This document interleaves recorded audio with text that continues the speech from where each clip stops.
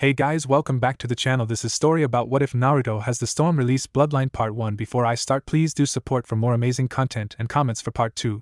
Do consider to subscribe my channel and share my video to your friends and check out the description as well. Let's start the video. It was night time in the village hidden in the leaves, and a boy with sun-kissed hair and bright orange clothes was reaching out to his teacher, brother, father figure Irika Yumino. Why? Because a giant shuriken was flying towards him, about to pierce his chest. Irika-sensei. A bright flash followed by a loud clash sounded off, and next thing everyone sees is Naruto with smoking hands and the ashes of the giant shuriken on the ground in front of Irika. A moment of silence was in the clearing until it was broken by the blonde, who spoke in a confused tone. Did I do that? He looked toward Irika to see him with wide eyes looking back at him. And Naruto, why you just shot? Lighting Mizuki, in shock at what happened, looked at Naruto with shock. He shook his head and shouted at the blonde. I don't care what you shot, I'm still going to kill you and Irika, he screamed with rage in his eyes. Naruto, knocked out of shock by Mizuki's outburst, hardened his gaze and responded. For your crimes against the leaf you shall die today. As he says that, he makes a cross sign with his fingers and shouts Shadow Clone Jutsu. Next thing everyone sees is a massive cloud of smoke, and 1,000 clones in bright orange with serious faces with arms out. Now die, they all say in unison, sending chills through Mizuki's body. They all shoot lightning blasts out from their hands, and the screams of Mizuki echo through the whole clearing for 5 minutes straight. When Naruto was finally done, there was nothing left of the traitor, not even ashes. Naruto hunches over and pants heavily, then notices Irika still with wide eyes. Irika-sensei, are you okay? Do you need me to help you with anything? This finally snaps him out of his daze. Naruto, close your eyes for a sec. The blonde responds. I don't know how that will help you, but okay. Okay, you can open your eyes now, Naruto. He did so only to notice Irika was missing his headband, and he reached to his forehead only to feel metal and soft cloth. He shed a couple tears and gave Irika a hug. Thank you, Irika, for everything. You've always been there to help me even when no one else would. You're the only person plus the Ichirakus to know my real self. This causes Irika to smile warmly. So does that mean you will stop hiding yourself from everyone and step into the dark side? This causes them both to chuckle. A squad of Umbu appear out of nowhere, and an Umbu with a cat mask and purple hair walks forward. Uzumaki-san, Yumino-san, the Hokage wishes to speak with you. This causes Irika to sigh and Naruto to scowl. Next, the Umbu walks up to them and places a hand on their shoulder and shuns away. Thank you, Umbu, you can leave us now. Yes, Hokage-sama. With that, they all leave, allowing him to focus his attention on the duo in front of him. Naruto-kun, the scroll please, he asks with a kind smile which pisses Naruto off. Naruto throws the scroll at him aggressively, which causes Umbu to come out and point their weapons at him. We have a lot to talk about, old man. Unbothered by the 4 Umbu with weapons at him. Yes, we do, Naruto-kun. Believe us. So what do you want to ask first? When did you plan on telling me I had the 9-tailed fox seal inside of me? He says with an angry face, leaking little amounts, killing intent out, but enough for both of the men to know he is serious. Hiruzen Sarutobi was an old man who has seen 2 wars along with the 9-tailed fox, but yet a child of only 12 has made him nervous with just his look. That reminded him of another red-haired woman who gave him the same look. He could have sworn he saw a ghostly image of her behind the boy, but he shook it off. Naruto-kun, I was going to tell you when you were 16 or a chunin, he responded in a straight tone. This causes Naruto to release a low growl. When I'm 16 or chunin, are you kidding me? I already failed 3 times and I'm 13. You should have told me when I wanted to become a ninja, or maybe even when I asked you why everyone hates me. Don't even tell me this was a secret when the whole village knew about it except me. He screams, releasing even more ki, enough to make the Hokage sweat and Irika to gasp in shock. Naruto-kun, you have to understand it was for your own SA. Don't even say safety. The villagers would still break into my house and beat, but no, what do you say? The villagers are just confused and angry right now. Forgive them. No, they didn't forgive me for something I didn't even do, so I will not forgive them, and if they want to try to hurt me again, they will be put down for attacking a ninja off the leaf. Through this declaration, his eyes turned red for a moment, enough for only the Hokage to notice and fear that the seal was breaking. You owe me, old man. The old Hokage just sighs sadly and gives in to his demands. Fine, Naruto-kun, what is it you want? I want you to get your act together and start acting like a Hokage and not some helpless old man who gives in to anyone's demands. You run the village, not anyone else. This causes a little fire to come back to the old fire shadow. I also want you to postpone the team selections for a week so I can have time to master my new strange power. It's called a bloodline. You would know that if you were not sleeping in class, Irika says with a cheeky smile on his face. This causes a tick mark to appear to Naruto's head. Naruto then turns and gives Irika a foxy smile that unnerves him a bit. Crispy Irika coming up. Naruto put out his hands and blast Irika, which caused him to scream out in pain, and bright lights in the Hokage office which makes the old man and Umbu's sweat drop. Now old man, just tell me a secret training ground to train in, and I will be back sometime later. Which causes bigger sweat drops to appear. Right, training ground 44, but be careful, it is dangerous, and is called the Forest of Death. Don't worry, nothing can stop this ninja from becoming the best. This caused the old man and slightly smoking Iruk to smile. Well, off I go to see this forest, he shouts, jumping out the window in nothing but his orange pants. A tick mark appears on the old man's head. I hope this does not become a habit of his like someone else I know. You know, I think I should have listened to the old man. This place is dangerous. I've already killed a giant bear, 3 tigers, and that a snake. What Naruto sees is a snake the size of a 2-story house. Without thinking, Naruto runs up a tree to get a better vantage point. And indeed what he sees is a giant brown snake with black diamonds going down its back and yellow eyes that scream bad vibes.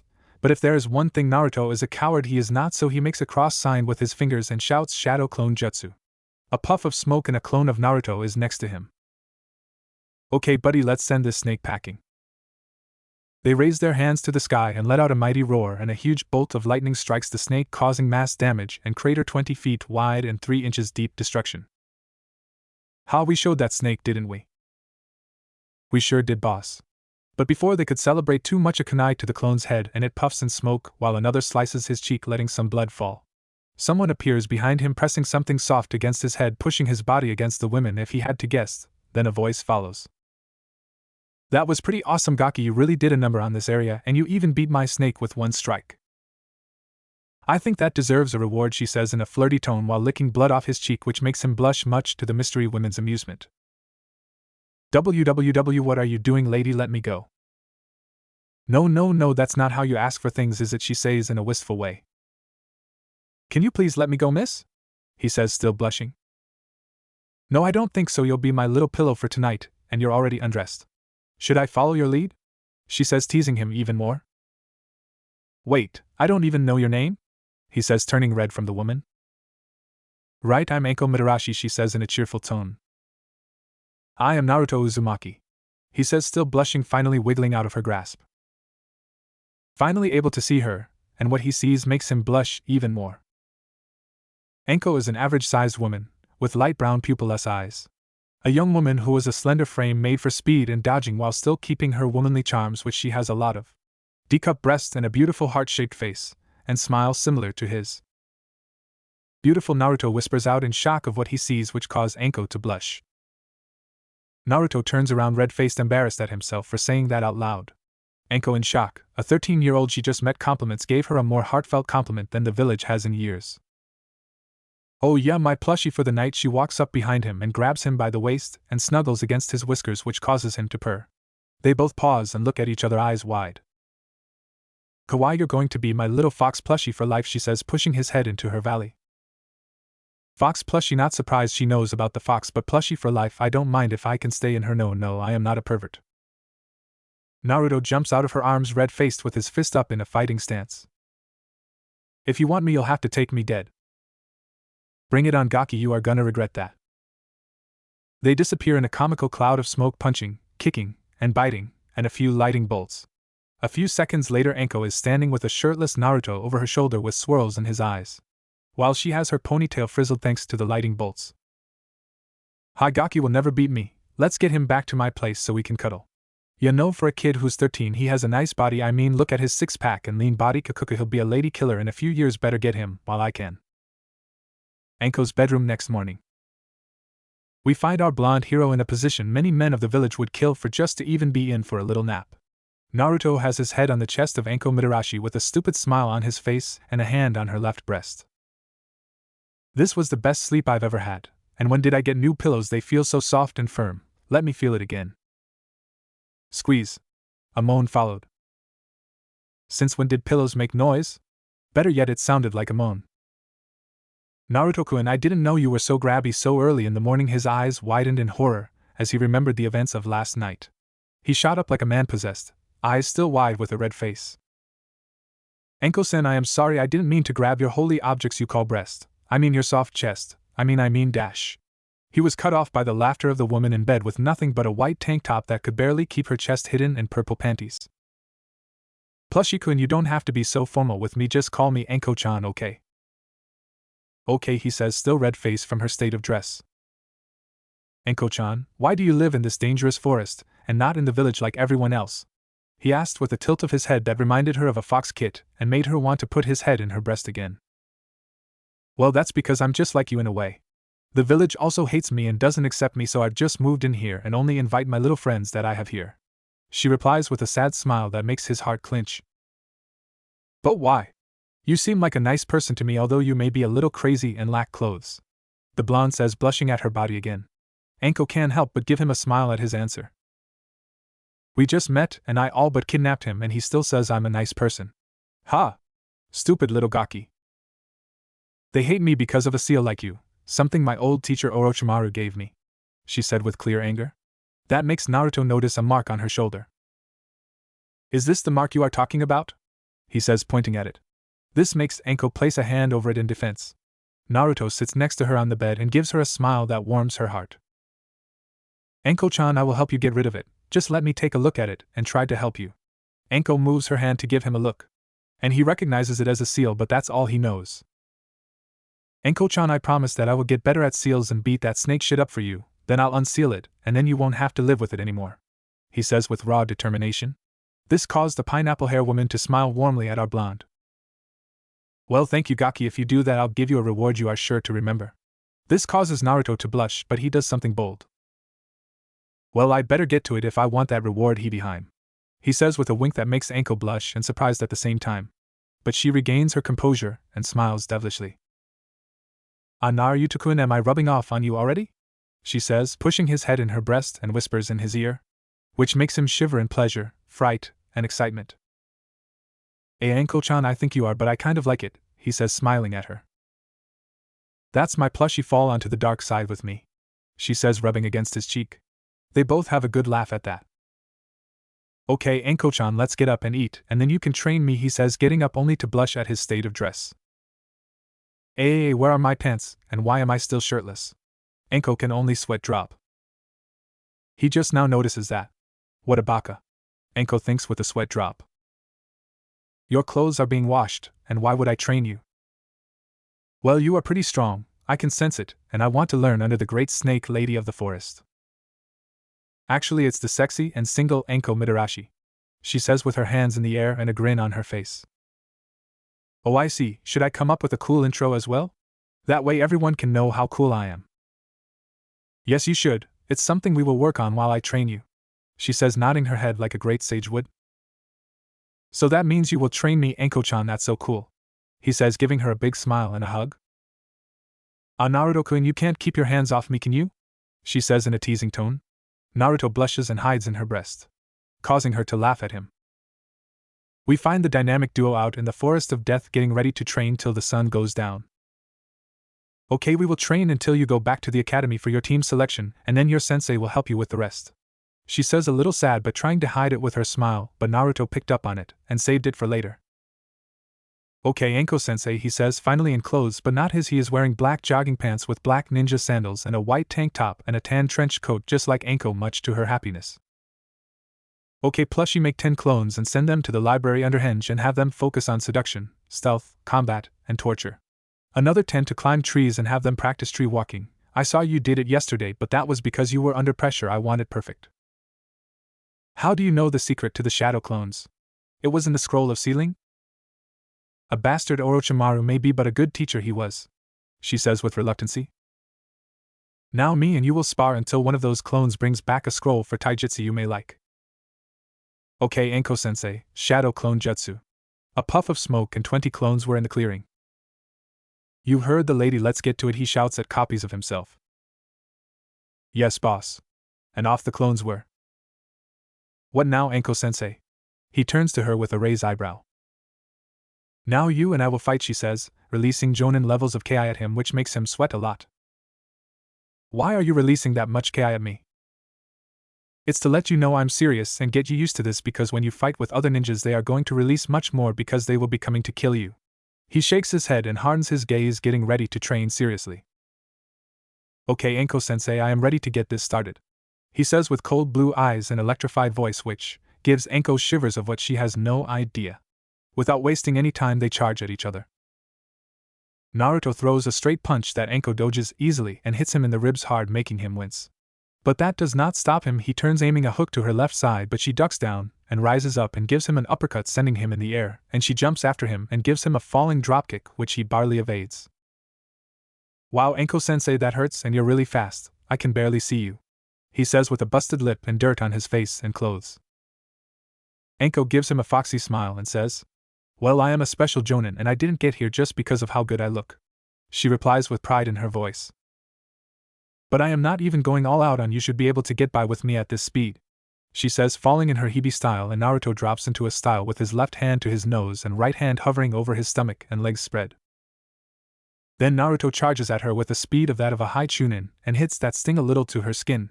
He comes in with a right leg kick, but she blocks and swings him over to a tree, but he flips in midair and bounces off the tree back at her with a cocked back right fist. They clash, and a small shock wave that blows their hair and ruffles the leaves on the trees a bit.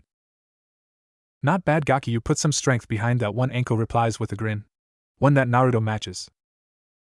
Well, these muscles came from somewhere. I did a lot of physical activity in my free time, he replies with that smirk that looks like a fox, but little does he know a giant red eye with a black slit is watching behind a cage. After the clash, the two jump back and run at each other again.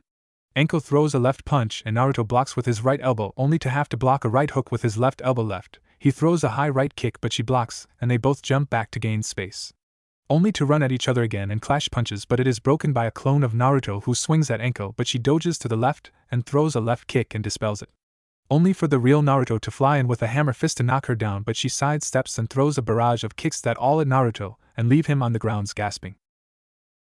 Not bad, Naruto-kun, but dodge these. Hidden Shadow snake hands.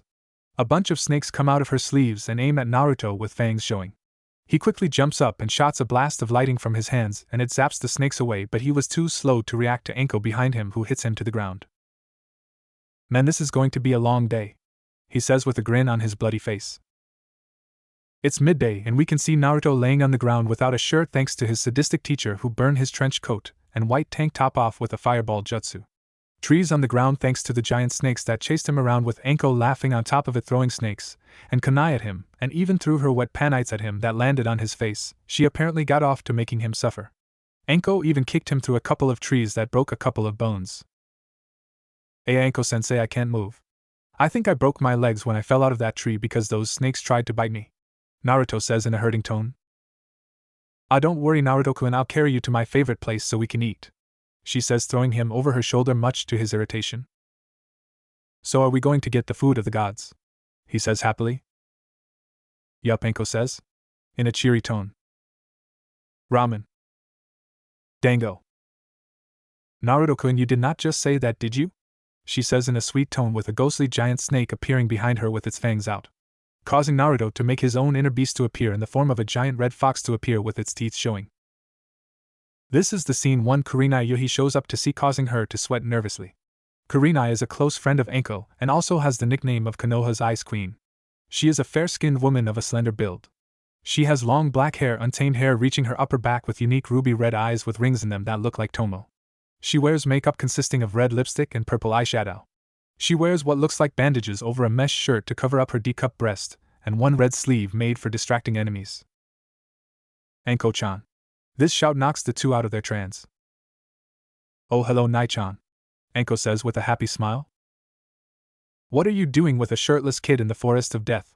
She says, looking at Naruto, who gives her a foxy smile.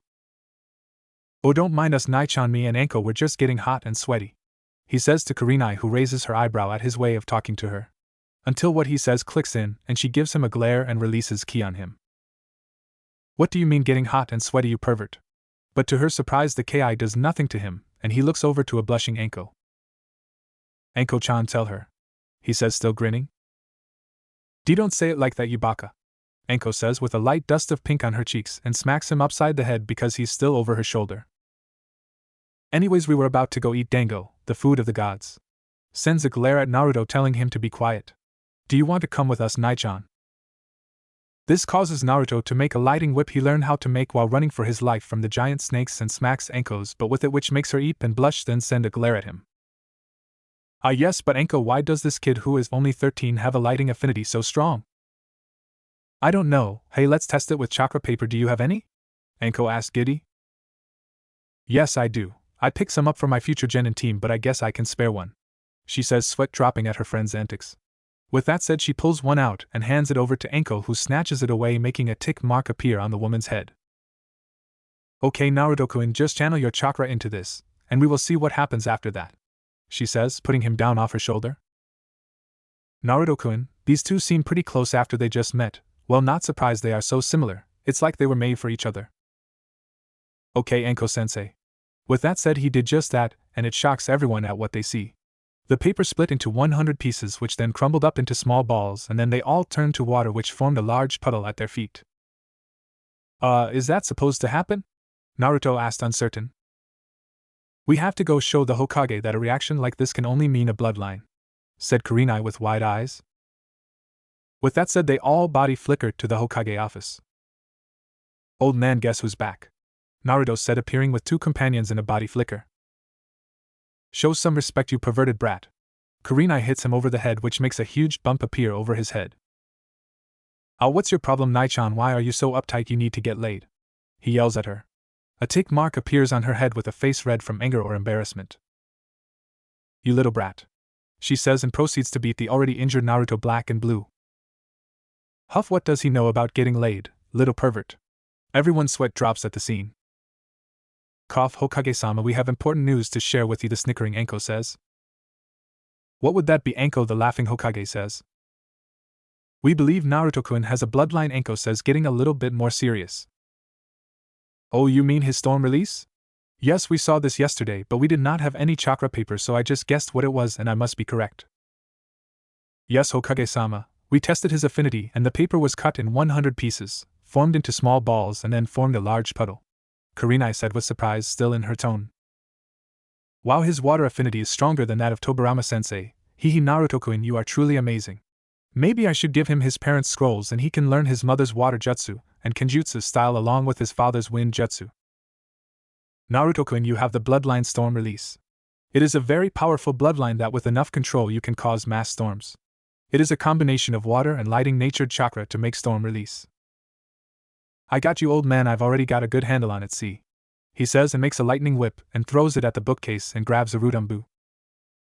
Faster than Naruto can see, the old Hokage flashes to the umbu and jams a kunai in the umbu face mask, causing the body to slump over in Naruto's lighting whip, and the body caught fire. That Danzo, I swear I'm going to kill him. Like Naruto-kun said, I need to get my act together, and Naruto must be a censor. Naruto-kun, can you use water chakra to put this fire out? The Hokage asks in a firm tone not matching his age. I don't know how to use water yet, the blonde says sadly.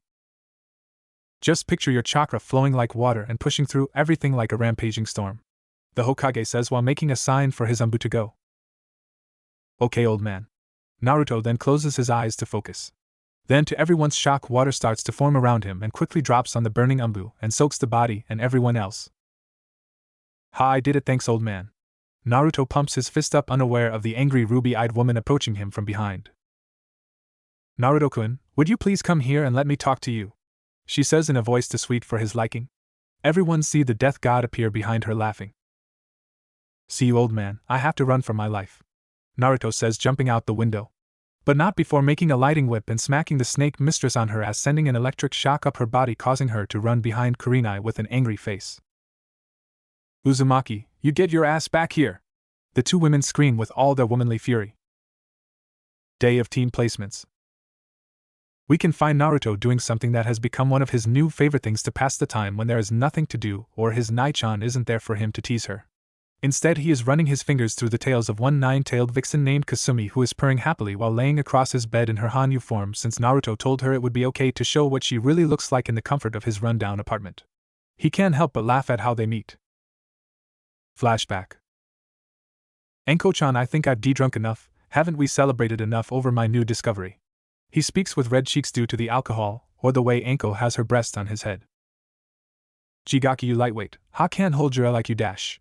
She was cut off when she passed out due to how much drinking she had did that night, and Naruto had to carry the drunk Anko home, getting weird looks from the villagers. When they got to her house, he put her in the bed, but as he tried to get away, she pulled him down into his favorite place to rest. I was gonna go home and work off this drunken state, but this is fine. Mindscape.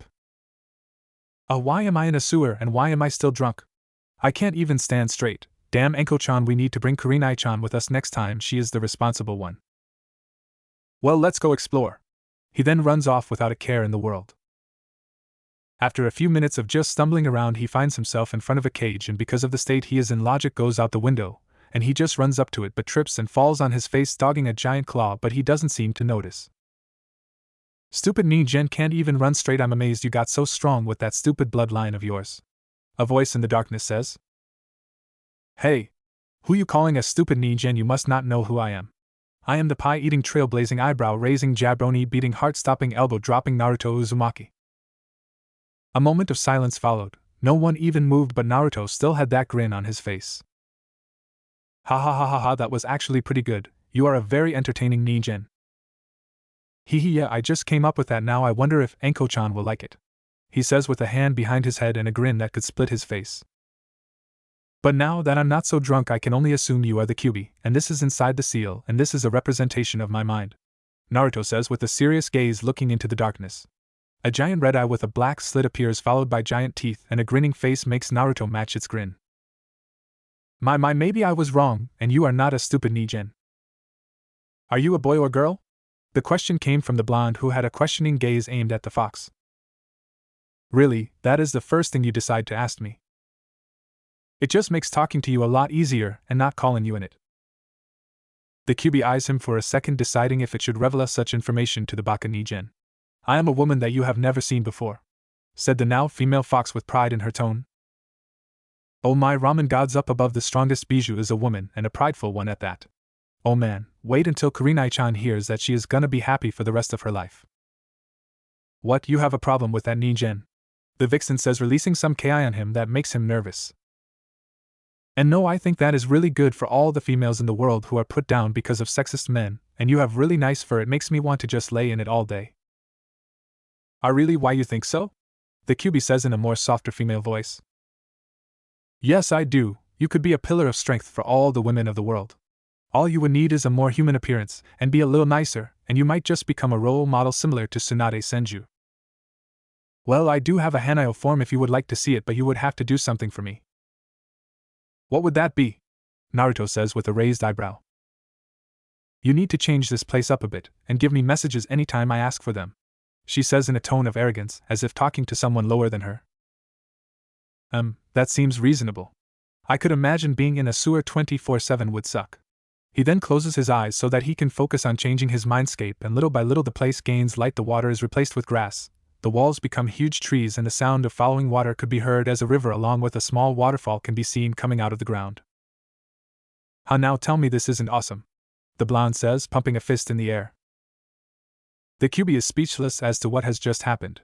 She was not expecting the little human to do such a good job on his first try.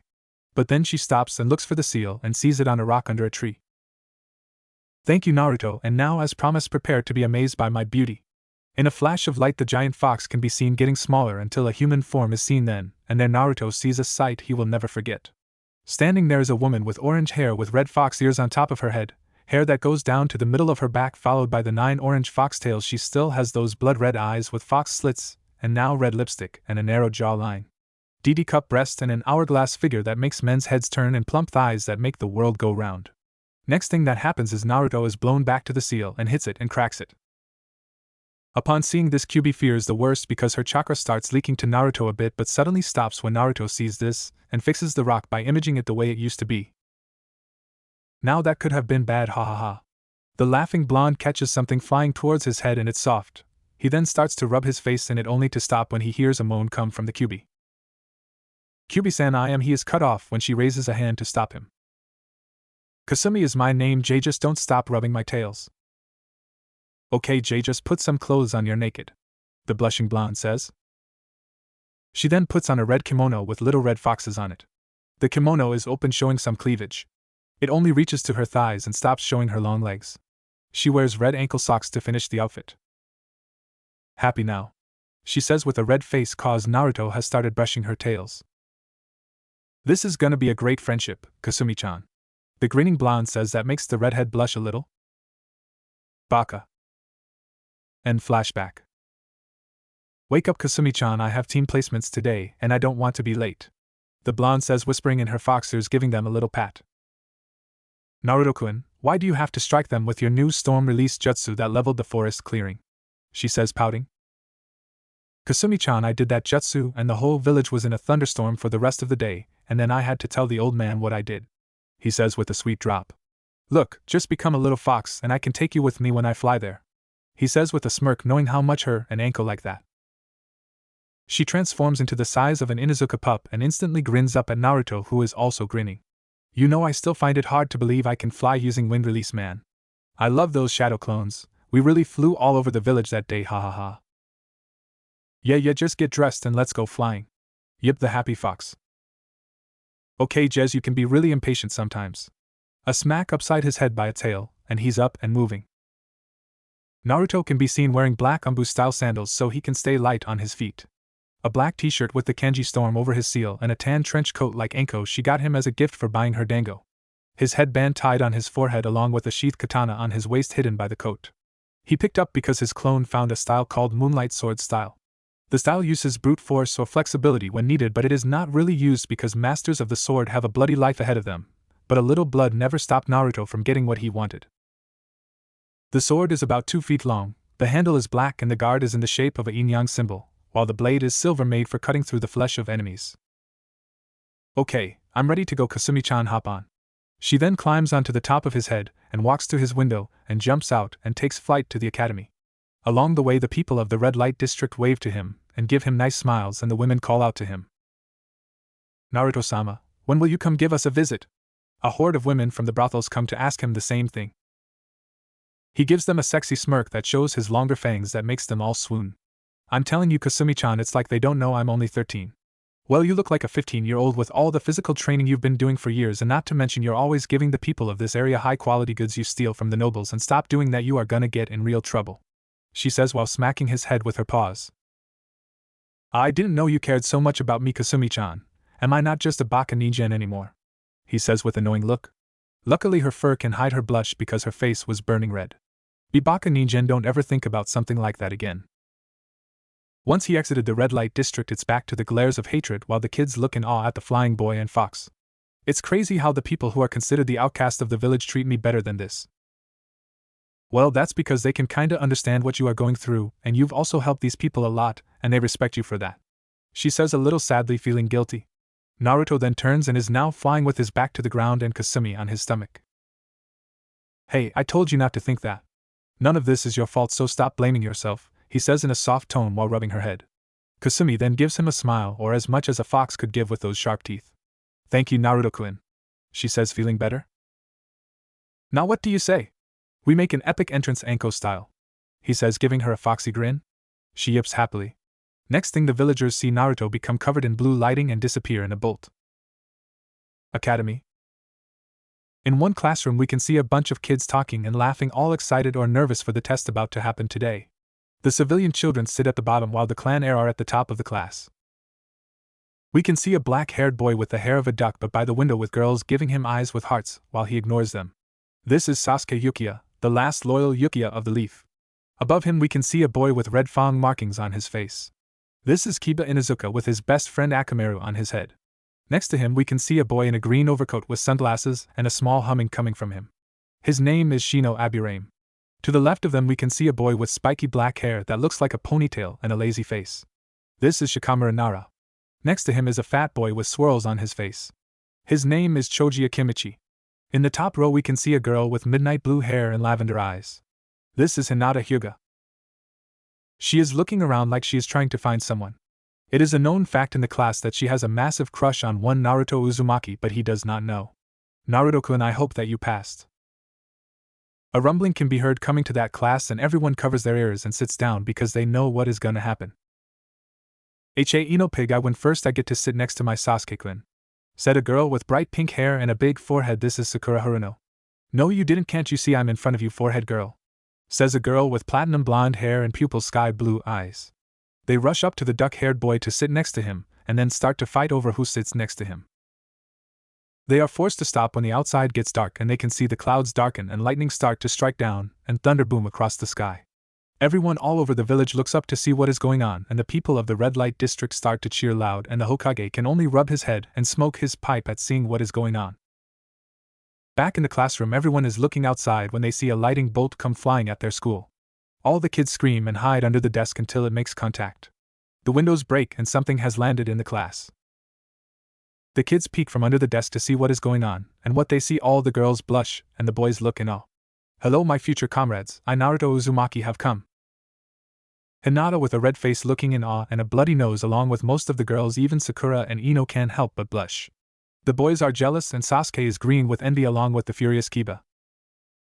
And then Naruto is that, you ask the hesitant Ino with a red face at how handsome Naruto looks. Naruto gives her a charming smile and walks real close to her, making her even redder. Yes, it is Ino-chan, do you like what you see? He says, kissing her hand. This causes her to faint along with Hinata. One girl is not buying it though. Naruto, baka, don't do that again.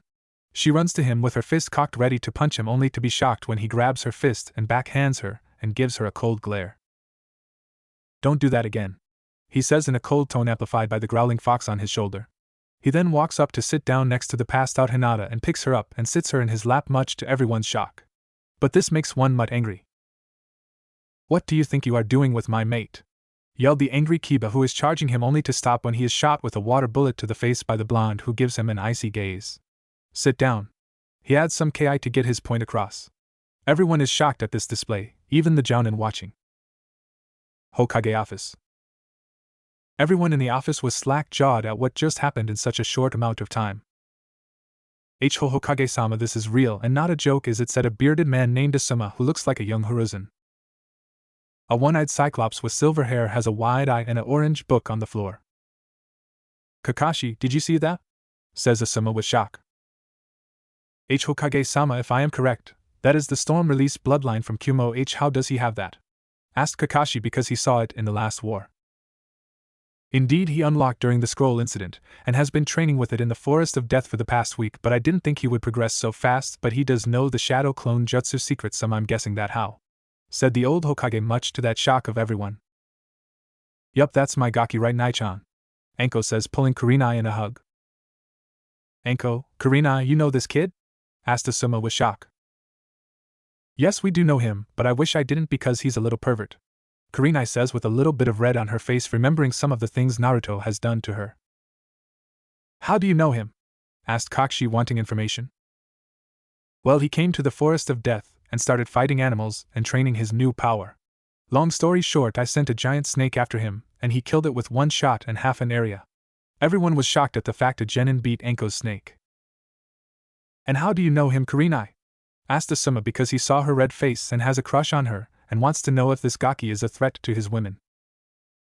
Well, I ran into him and Anko fighting in the forest, and then I beat him black and blue for being a pervert, she says with a smirk on her face at the end of her statement. The whole room sweet drop at her answer. She was just upset that he got her all wet. All the males get the wrong idea and have nosebleeds.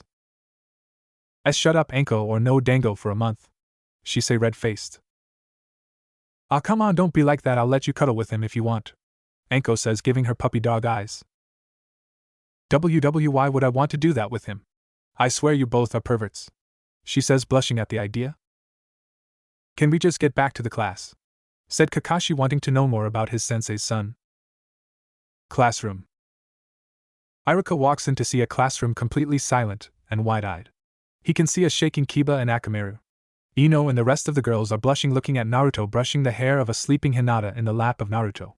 The girls are sending the smiling Hinata herd glares, and the boys are the same to Naruto. Okay, class, let's get to what we all came for. Which is your team? This snaps everyone out of their gaze. Teams 1 dash. Naruto tunes him out and continues to stroke both Hinata and Kasumi, making the fox wag its tail back and forth. Team 7 will be Sasuke Uchiha, Sakura Haruno, and a random civilian ninja who isn't worth anything. Your sensei is Kakashi Hatake. Sakura sits next to Sasuke and the civilian ninja comes to sit next to them, but Sakura punches him away. Teammate will be Hinata Hyuga, Kiba Inuzuka, Shino Aburame, and your sensei is Kurenai Yuhi. Naruto shakes Hinata up. And Naruto-kun? Hinata asked, looking confused at where she is sitting. Hello Hinata-chan, did you have a good sleep? He spoke huskily in her ear, making her shiver. She then notices where she is and jumps up with a red face and sits back in her seat, rubbing her fingers and legs together, then passes out with a nosebleed. Hokage office. That little pervert, when I get my hands on him I'm gonna wring his neck, yelled the enraged Jonin, being held back by Anko. Now are you just upset he didn't do it to you? Anko says, teasing her. Anko. Class. Team 10 will be Ino Yamanaka, Shikamaru Nara, and Choju Akimichi, and your sensei will be Asuma Saitobi, said the ready-to-leave Irika. Irika-sensei, what about my team? Asked the whiskered blonde. Hot dead last, you don't get a team, loser, shouted the Inuzuka. Before anyone could react, Naruto kicked him in the face. Now the next person who calls me that will get the same thing. Silence. Irika-sensei, you can get back to it, he says, going back to his seat. Irika's sweat dropped. Yeah, your team is, but before he could continue he is interrupted when a brown blur hits him. It is revealed to be Anko Mitra. Plushie-kun, I am your sensei, but you better run to our training ground, you have an angry Nai-chan after you. At that moment the other sensei came into the room. And like she said, Kurenai is sending massive KI, and Naruto, who is just standing there with a charming smile that melts her anger away. Hello Kurenai-chan, you are looking as beautiful as ever I see, he says, walking up to her, grabbing her hand and kissing it. This makes her blush and turn her head to keep him from looking. He then grabs her by the waist and pulls her to him, and he is looking in her eyes deeply because he is standing at 5 feet 6 inches to her 5 feet 5 inches of height. This makes her blush even more. Don't be mad at me, I promise I can make it up to you, he says in her ear, giving her earlobe a bite, making her knees a little weak. Anko pushes them apart, blushing at the show, while Kurenai's whole face is red and the males are wide. Let's go to Naruto-kun, we have things to do. She then disappears, but not before Naruto smacks Kurenai on the ass, making her jump and blush more. Forest of Death. Okay Naruto-kun, what you have to do is find me somewhere in this forest, and then you pass and I give you a good reward, she says, giving him a sexy smirk, and Naruto returns it. Well Anko-sensei, you can consider this test pass. I'm gonna find you, he says with a confident smirk. Well, if you are so sure, come and get me. She disappears in a puff of smoke. Kasumi-chan, you got her smell right. He looks to the fox wrapped around his neck like a scarf. She wags her tail in front of his face. I will get it, but what do I get if I do this? She said, smirking. Oh well, I guess I could rub that spot that you can't get yourself and apply that oil on your. She cuts him off with a smack from her tail. Didi, don't speak anymore, Baka Nijin, she says, blushing under her fur. He can only chuckle and shoot in a bolt of lightning after his sexy sensei. Somewhere in the forest, Anko can be seen riding on a giant snake, running from her handsome student. That Gaki's fast and probably has that fox on my scent trail. As if on perfect time, lightning strikes, wind blades, and water blades are coming out of the sky and are closing in on her and the snake. She replaces herself with a log just in time to avoid being struck by all that. My god, he can use all 3 of his elements. Why did I agree to this? Anko thinks to herself, crying anime tears. Well, as long as he doesn't use his storm release I should be able to win. As if being cursed by the gods, she sees Naruto and 3 clones going through hand signs. Storm release circuit. Naruto shouts and multiple light blue rays of lightning rush in Anko, who can 18 light beams coming at her. She ducks, spins, jumps and dodges, but still gets hit in the shoulder, left leg and right arm. Damn, it disrupted my nervous system and now I can't even feel where he hit me.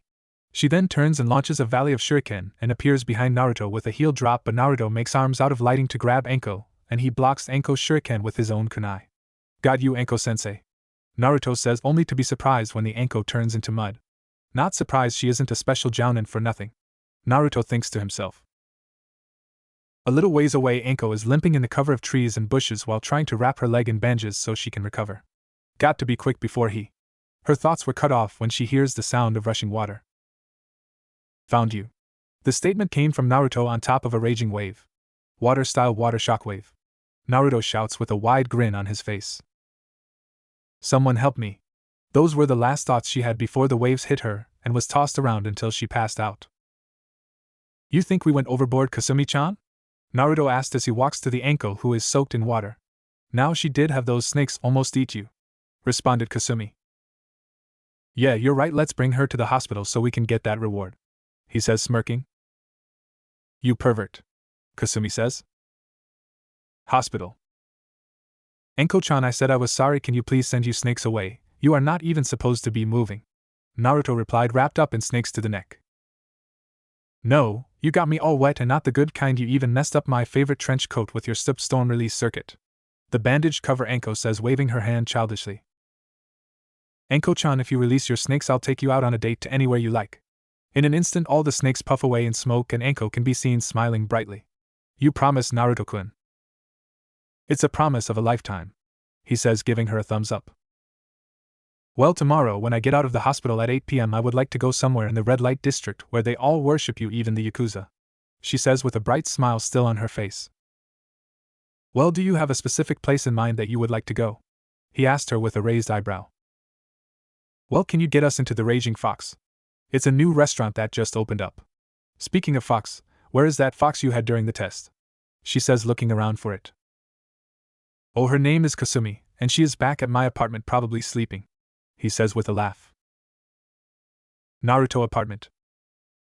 We can see Kasumi in nothing but one of Naruto's big shirts and red socks sliding across the place, singing with a makeshift microphone in her hand. He licked me like a lollipop. He licked me like a lollipop. He licked me like a lollipop.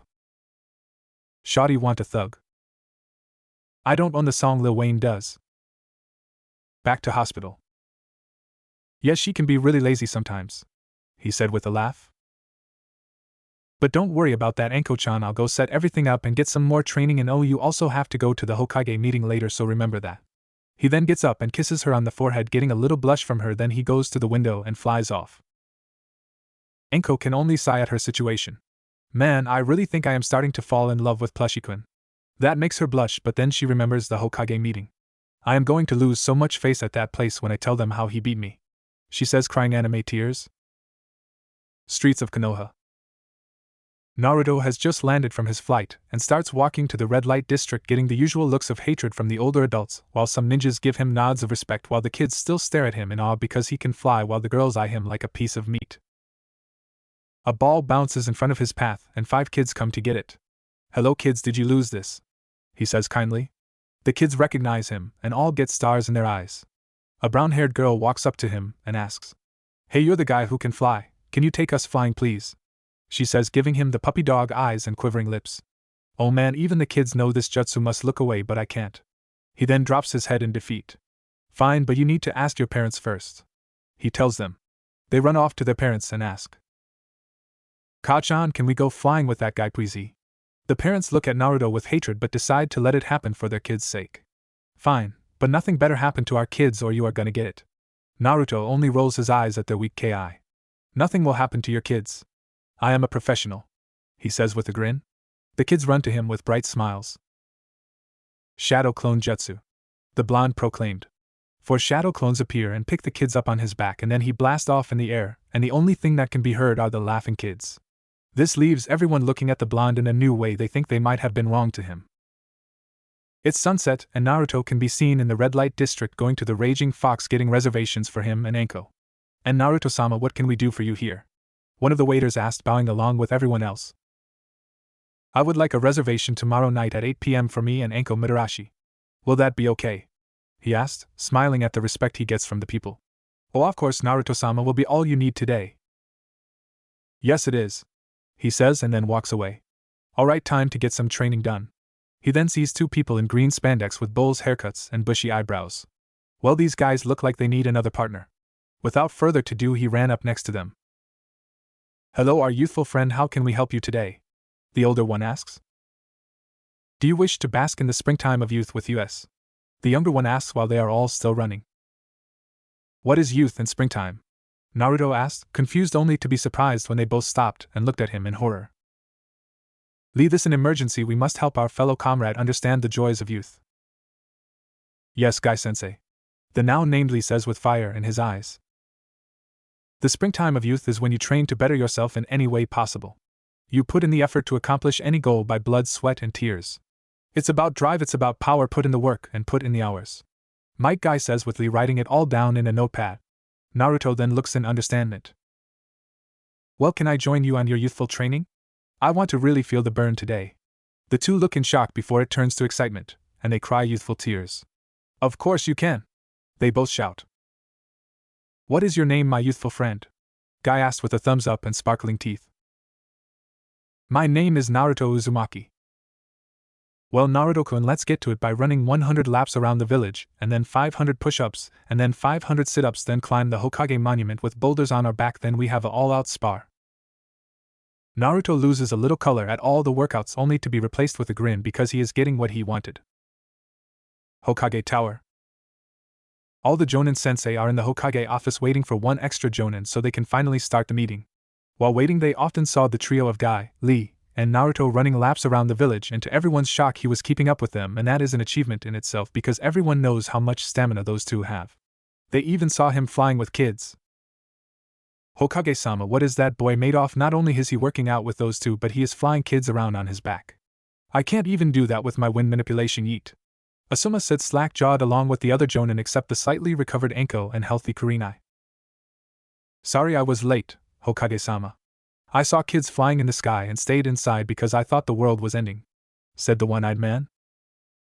Only to be shocked when the old Kage shot him with heavy ki that sent him on one knee and made everyone else nervous.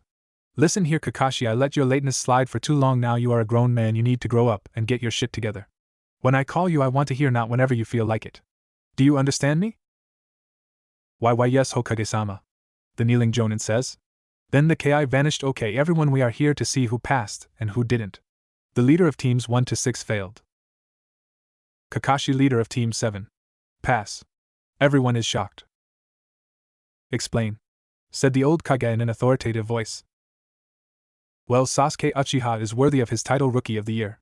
This gains a snort from Anko and Kurenai.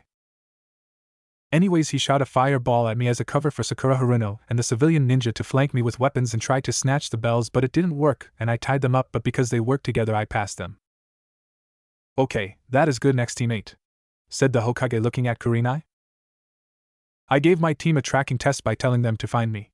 They worked together with Shino's bugs and Kiba's senses along with Hinata's bloodline to find me. Okay, we have a future tracker team. Next, team 10. The Hokage looked at his son for his report. For my team, I just told them they had to keep me still, and they used perfect teamwork to keep me still for the 5 seconds. As to be expected, those kids are basically siblings. Now, Anko, can you please tell me how you ended up in a hospital and are so injured? Said the Hokage, already having an idea. Well, you see, I kind of. She mumbled the last part with a blush and looked down. Anko, can you speak up?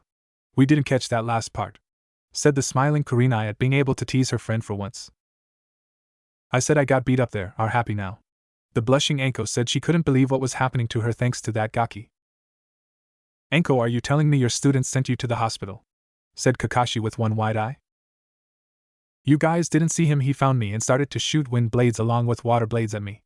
Then when I could get away, he used a jutsu called Storm Release Circuit on me and 18 beams came from the 3 shadow clones and I was hit in the leg, arm, and shoulder, said Anko trying to save face.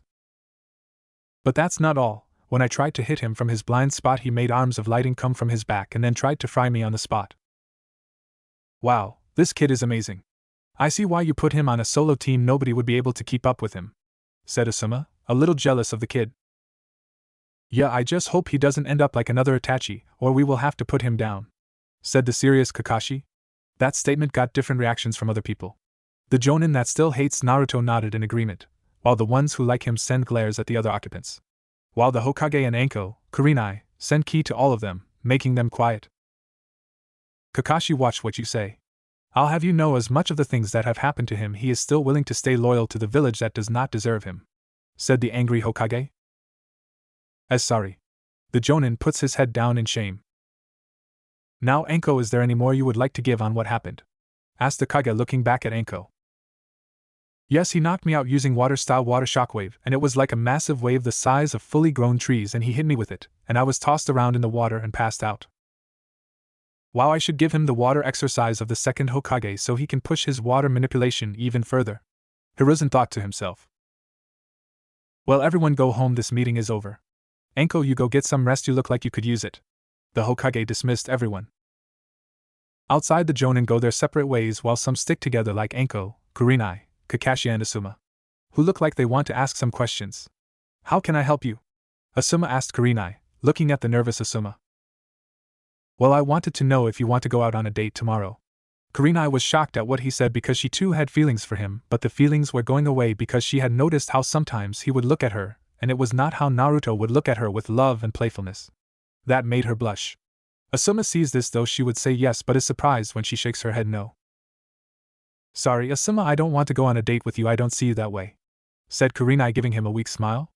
Anko pumps her fist slightly. Oh, okay, maybe some other time. He then body flickers away, leaving only Kakashi reading his orange book and the two women who are irritated at this. And what do you want? Asked Anko, giving him a heated glare. Now there is no need to be like that. I just want to know if you can tell me more about your student, he says, giving her a nice smile. And why would I give up information on him like that? Anko said, getting a little suspicious of the man along with Kurenai. Well, information is key to a ninja, and if you want to know more about him you are gonna have to ask him yourself because I will not be telling you, she says, a little hostile. Fine, is all he said. Then he disappeared in a puff of smoke. Well, now that he is gone, Nai-chan, I am going on a date with Naruto-kun, she says, jumping in the surprised Kurenai's arms. What a date, when? Asked Kurenai with wide eyes. Tomorrow, it's gonna be perfect because it's gonna be in the red light district and that place loves him. Oh, I see, I hope you have fun, she says, trying to walk away to not show Anko how sad she is. Look, Kurenai, just stop fighting it and admit that you like him, and then you can also go on a date with him. I don't mind sharing with you, Anko says, pulling her back, causing Kurenai to blush at what she said.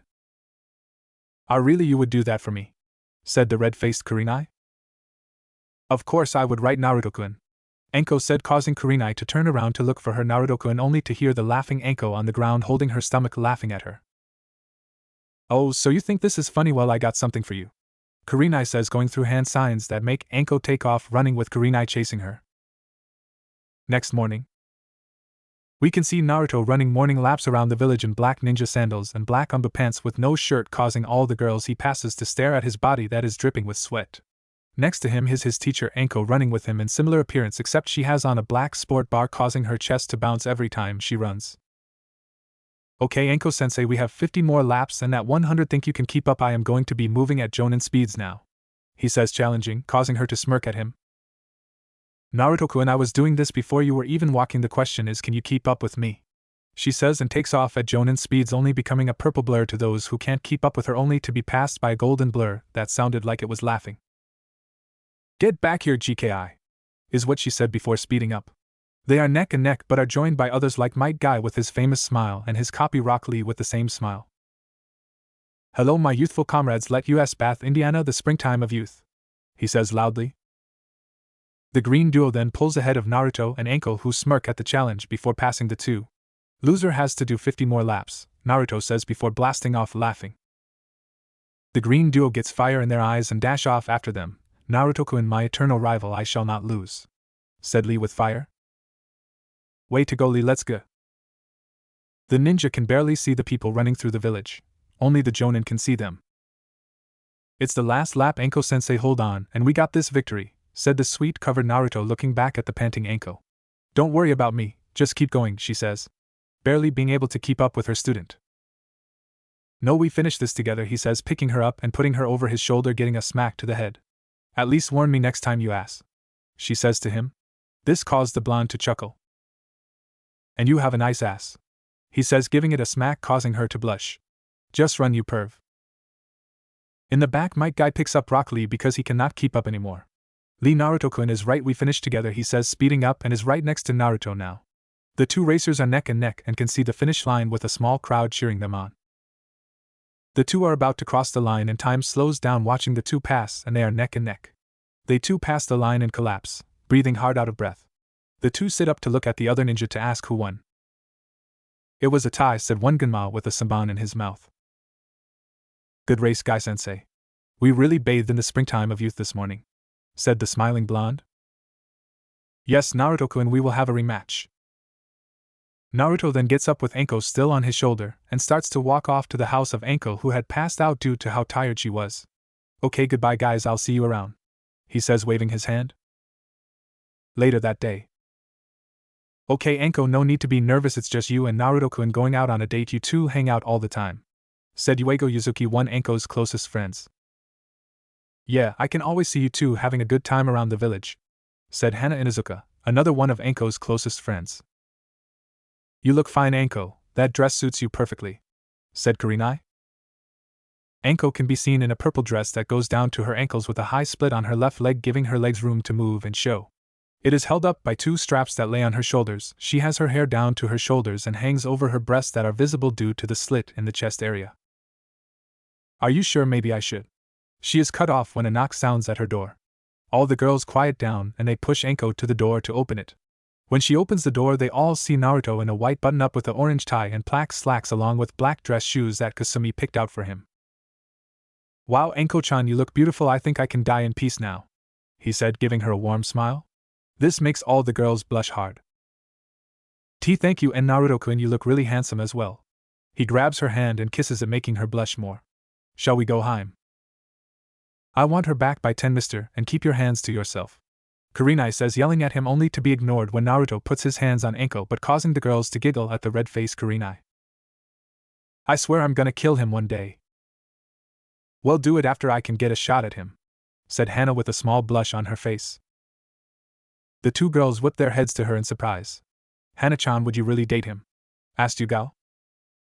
Yes, I can just sense it coming off him. He is alpha male and there is no doubt about it, and not like my stupid brother who thinks he is just an alpha and everyone should submit to him, she says, a little heated. On the streets the two turn heads when they walk and they can't help but smile at the shocked faces everyone has at seeing them.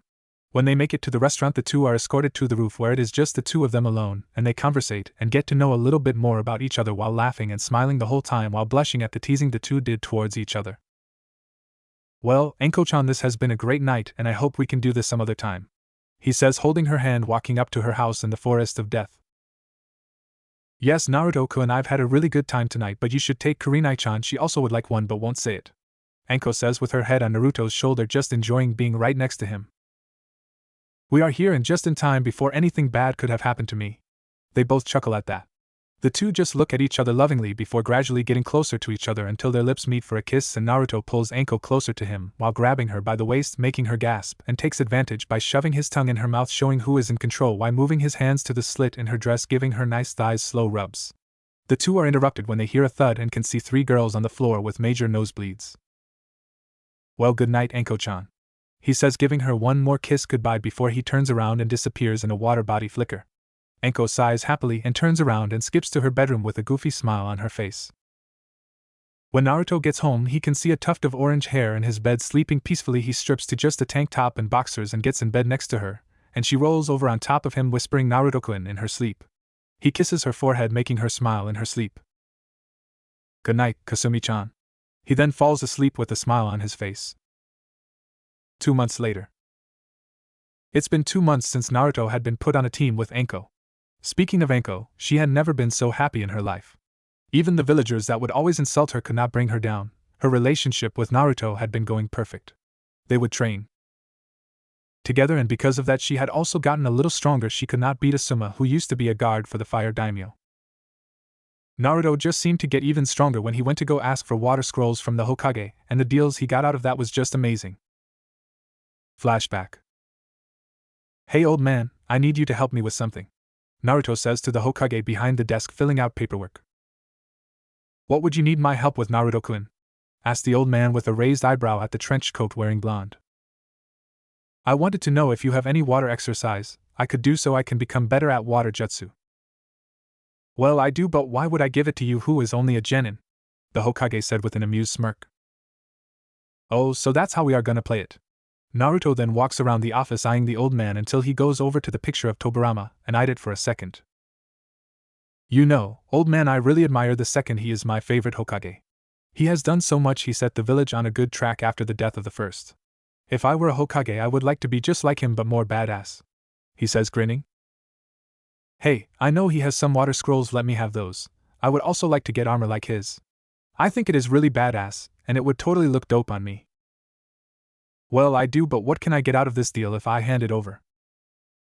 Well, I can give you the secret to beating paperwork. As soon as he said that, the old Hokage was on his knees begging him to tell him. Naruto-kun, please tell me and I will give you anything. The man shakes Naruto violently. Okay, I would like all his scrolls and armor to be made just like his, but take the fur off the collar. Deal. The Hokage said quickly. Now tell me how to beat it. Okay, shadow clones. The blonde said to the wide-eyed Hokage. Without further notice, Hiruzen walks to the picture of the second and moves the picture and slides some blood onto the safe behind it. He then pulls out everything and seals it into a bigger scroll and hands it to Naruto, who is smiling. I'll have your armor ready as soon as possible. Now leave me, I have paper to finally defeat. Flashback over. Enko-sensei, what do you think the old man needs us for if he sent Kitty-chan after us? He asked his sensei, who giggled at what he called the katambu. I don't know, but I was gonna give us a C-rank mission today anyway, so let's see what he wants. That's great, let's go, he says, picking her up and flying to the Hokage office. Hokage office. They appear in a pillar of water in front of the Hokage, who has a serious face. Team 11 ready for action, Anko says. I have a mission for you guys. It is an A-ranked mission to help back up Team 7, who have requested backup in Wave. They ran into Zabuza and the Demon Brothers, but those two have been dealt with by the Genin team. But they say Zabuza has another ninja with him, and I want you guys to go and help him, he says in a serious tone.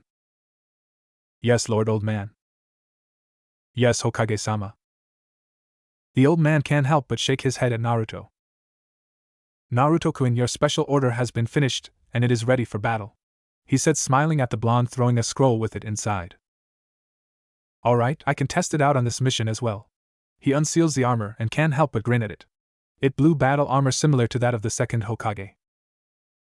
Thank you, old man, we will leave right away, but first, Kitty-chan, can I get a good luck hug?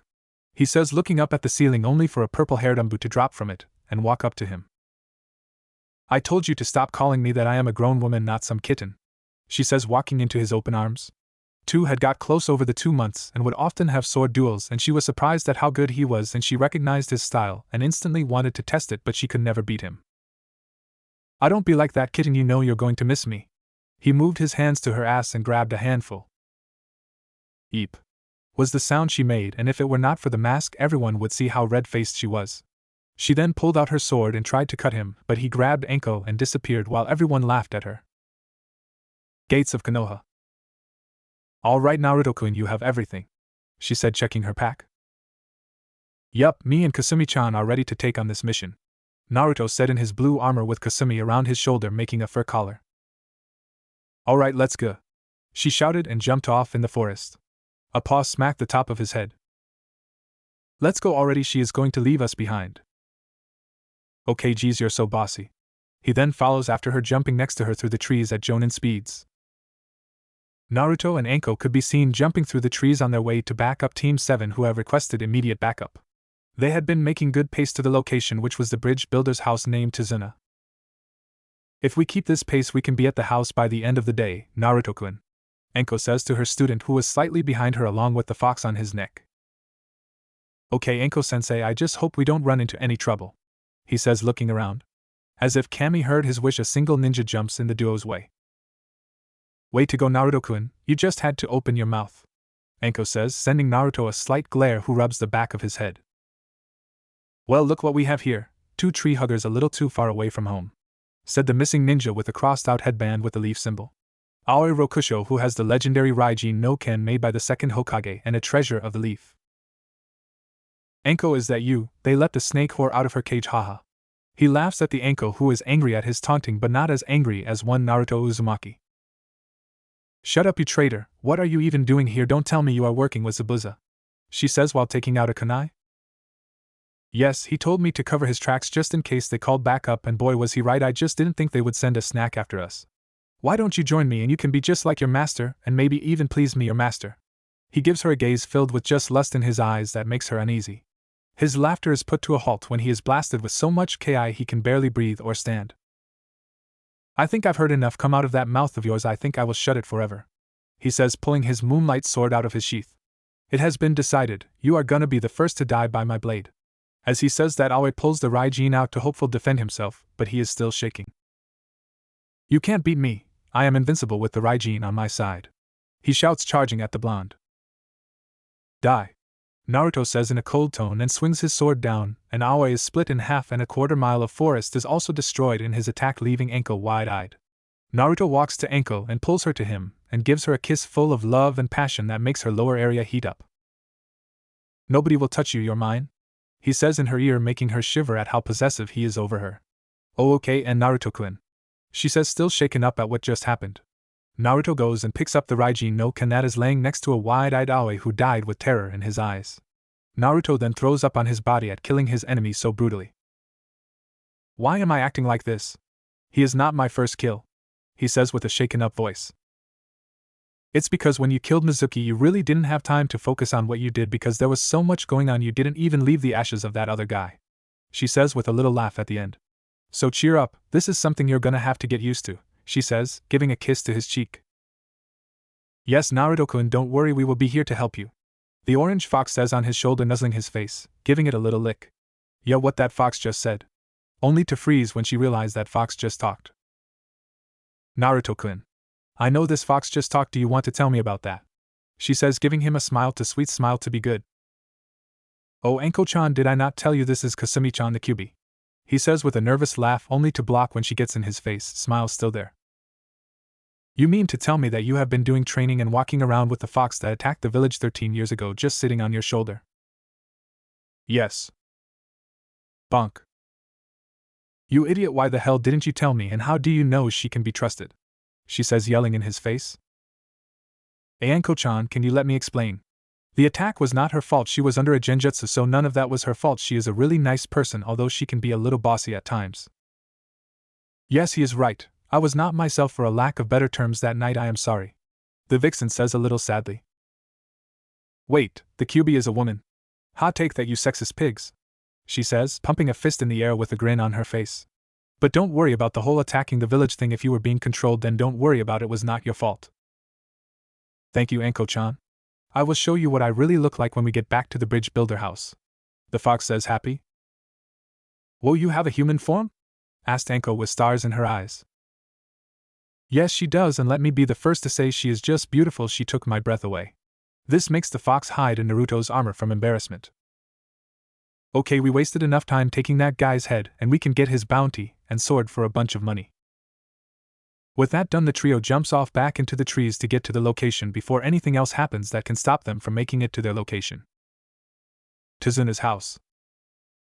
Sasuke and Sakura can be seen outside standing over the makeshift grave they made for their teammate who died in the early run in the group had with Zabuza. Turns out he was not able to dodge the cleave sword Zabuza had thrown at the death. Did not seem to affect Sasuke that much, but it was a different story for Sakura, who was crying at his death. Their sensei was recovering in a spare room in one of the rooms upstairs in the house. Come on, Sakura, we have to go, we cannot be out here forever. But Sasuke-kun, don't you feel sad about our teammate? She says with a few tears in his eyes. No, I don't. This is what happens when you are weak, so you better step it up, or you could end up just like him, he says, uncaring to her. Would you be sad if I died, Sasuke-kun? She said hopefully. No, he says, walking away, leaving the pink-haired girl to cry alone. She follows him silently back to the house so they can welcome the team that comes to back them up, because they both know they could use any kind of help on this mission because they already lost a fellow ninja and Sakura was starting to take in all she has done since becoming a ninja.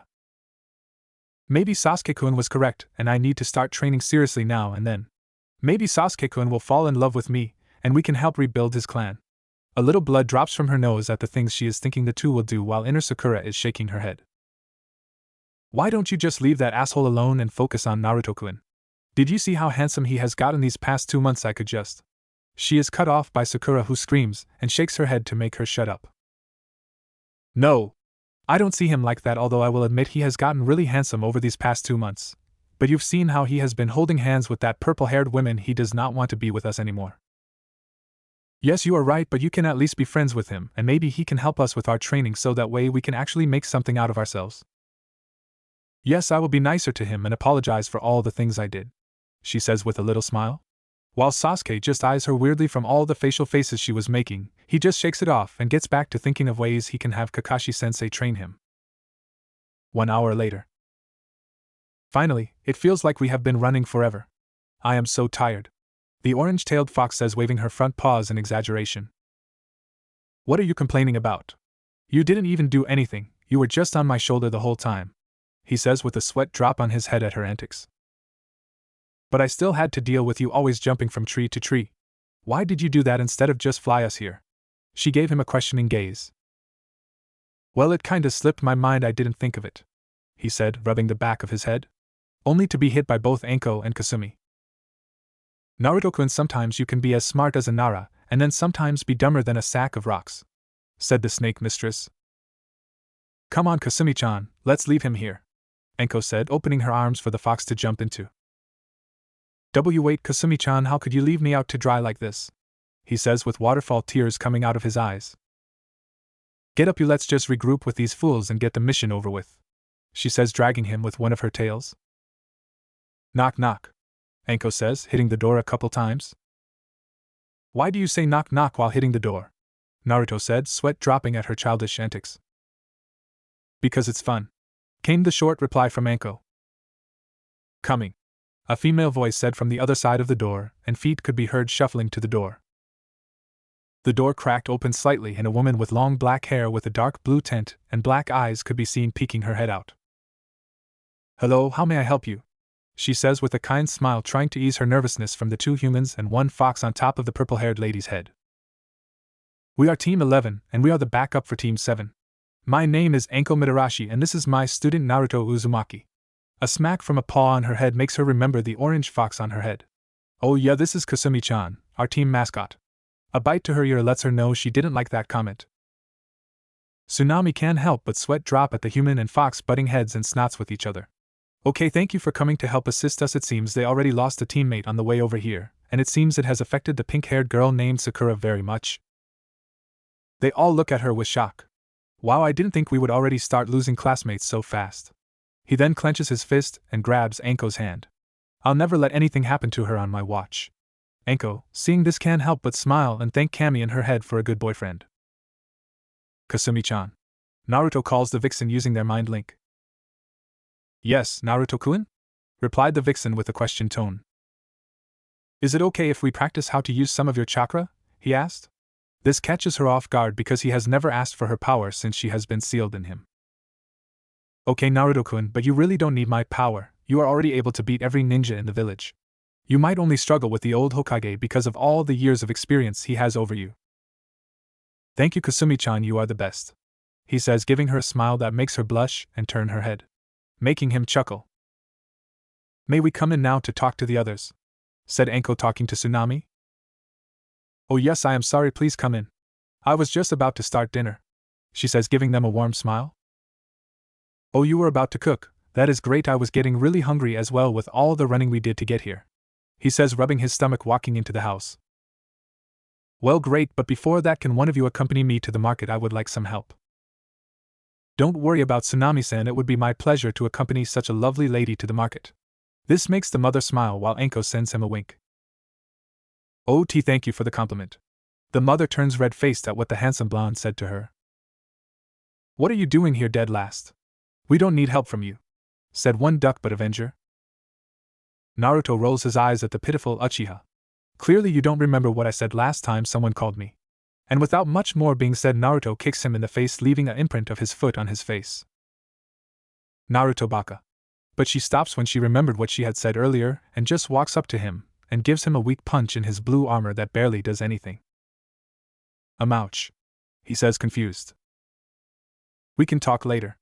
I want to ask you something, she says, looking at him sadly. Okay, just wake up your stupid sensei and tell him we made it while I go with the lovely mother over here. Tsunami blushes again and tries to hide her face with her hands.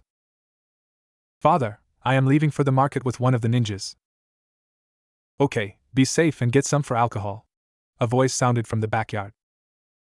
Bye, Mom, be safe. A little boy with a bucket hat on his head says, giving her a small smile. He then looks at Naruto and snorts and runs away. Sorry about my son, he's just having a tough time right now, she says, giving Naruto a sad smile. Don't sweat it, Tsunami, let's just go get what you need and then we can eat some food. Bye, Naruto-kun, be safe. Waved Anko and the fox together. Streets wave. Wow, how long has this been going on now? Naruto asked Tsunami, looking around at all the people on the street in the worst condition possible. It reminded him of how his younger life used to be growing up. It's been like this for a little over 2 years now, and it's only getting worse thanks to that damn Gato. A little angry at how her country was suffering thanks to some idiot. A tap against Naruto's back pocket, and he can see what looks like a little girl running away with his wallet into an alley. Tsunami, someone just stole my wallet. I'll leave a clone with you to make sure you are alright. I will be back. Oh, okay, Naruto, just don't hurt the children. He then runs off after her into the alley, only to stop at what he sees. The black-haired girl is giving his money away to kids around her age and telling to go buy some food. She then ran further down and tossed his wallet in the trash and went into what looks like a box under some rubble. He walks over to her to get a better view of the girl. A short and petite girl with light skin and purple eyes. Her hair is black, with several strands that reach to the bottom of her neck, and one bang that goes down the middle of her face to her chin. She hears him and looks up at him with surprise, only to shake it off and get in a makeshift fighting style. Naruto can't help but smile at her and think to himself, oh yes, she has got a spark in her. But it also makes him a little sad at the fact that a girl only 9 has to fight, which means this is not the first time someone has found her. Hello there, you remember me? You just robbed me and gave all my money away. He says, getting on one knee, getting eye to eye with the little girl. Yes, I do, and it was for a good cause, she replied without even being feared. Naruto smiles even more at her attitude. Man, I said the same thing when I stole that food and gave it to Panda-chan at the orphanage. I hope she is doing well. He chuckles at her, and then sits down, much to her confusion. I am not going to do anything to you, okay? I did the same thing when I was your age, he says, giving her a sad smile, making her lower her defense a little bit. What are you talking about? I am 9, so are you telling me you also used to live on the streets? She says, eyeing him. Yup. But you have on a leaf headband. You must have had a good life in your nice comfortable village that is said to be the strongest. She gives him a glare. He shakes his head at her. That's just what they say when people visit and only go to the rich part of the village, and they talk about how the will of fire and mighty heroes fought to make the village what it is now. Truth is that fire is slowly dying down and being corrupted, but that's why I am here to make the village what it used to be when everyone was happy and no one suffered. Why are you telling me this? She asked, sitting down in front of him. Because I was once like you. I too had to fight for my life and started stealing and giving what I had to those who needed it. All while getting nothing in return but empty promises. She looks down at his words because it is true. But I don't do it just to get a thank you. These people need this and I am just simply helping them. He smiles at her. What is your name, little girl? He asked, giving her a warm smile that made her feel comforted. Rukia, she says with pride, sticking her chest out a little bit. Making Naruto laugh at her, causing Rukia to pout, only to be replaced with a chuckle until she starts to laugh with him. If someone were to see this scene, it would look like a father and daughter having a nice time. My name is Naruto Uzumaki. He grins at her, and she does the same. Well, Rukia-chan, would you come with me and let me help you for a change? Give her a fatherly smile that makes her feel comfortable again. Why, yes. She hesitantly takes his hand, hesitantly not wanting this to be a trick. Only to be surprised when he pulls onto his neck and he holds her legs while she has her hand in his hair. Hey, what do you think you're doing? She says from the top of his head. I am going to take you shopping, Rukia-chan. We can't have you in those rags forever now, can we? This makes the black-haired girl surprised at this. But I thought I gave all your money away. She is a little sad at the last part. I have extra money in a seal I keep on my thumb. He unseals the money, much to her shock. Naruto, what are seals and how did you do that? Seals are an art that ninjas used to do battle, or in my case seal things away. You can do a whole bunch of things with seals. Wow, are you any good at using seals? She asked in a questioning tone. Am I any good? I'll have you know I am a seal master of the highest caliber. Cool, do you think you can teach me seals? She says a little shyly. Naruto looks up at her and then grins. Of course I can teach you seals. Do you have good handwriting? This makes her look down. No, I do not know how to write. I can only read. Don't worry, I'll teach you everything. He gives a warm smile. Now what kind of clothes would you like to wear, Rukia-chan? I would like a kimono. I've always wanted one of those. Well then let's go get you one. He then starts to walk the streets of Wave looking for any stores that would have what he is looking for to get Rukia, while also giving away some of his foods to the people of Wave who need it. They eventually find a store, and they go in to see the poor state the store is in. Okay, Rukia-chan, go find something you want, and I'll tell you what looks good. She nods and then runs off looking at the clothes. The storekeeper, a middle-aged man, whispers to Naruto. You know, sir, I think it's really nice what you are doing for that young girl. She is always stealing from Gato's men and giving people away the food and money and barely taking enough for herself. When she isn't lucky they would beat her up, but she would always try to fight back, but as a little girl she wasn't able to do much. The man says a little sadly. Naruto clenches his fist at what the man is telling him. I'll be damned if I let one of those bastards lay a finger on her. He thinks to himself, making his eyes change from ocean blue to blood red for a second. Hey Naruto, what do you think of this one? Does it look good on me? She is wearing a purple kimono with white snowflakes on it.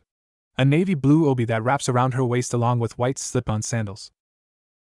It looks beautiful, you little snow princess, Naruto says to her, making her give him a bright smile that makes his eyes a little watery, but he shakes it off before anyone notices. He then walks to the cashier and gives him a little extra, which makes the man bow his head and thank him. Okay, Rukia-chan, let's get you something to eat.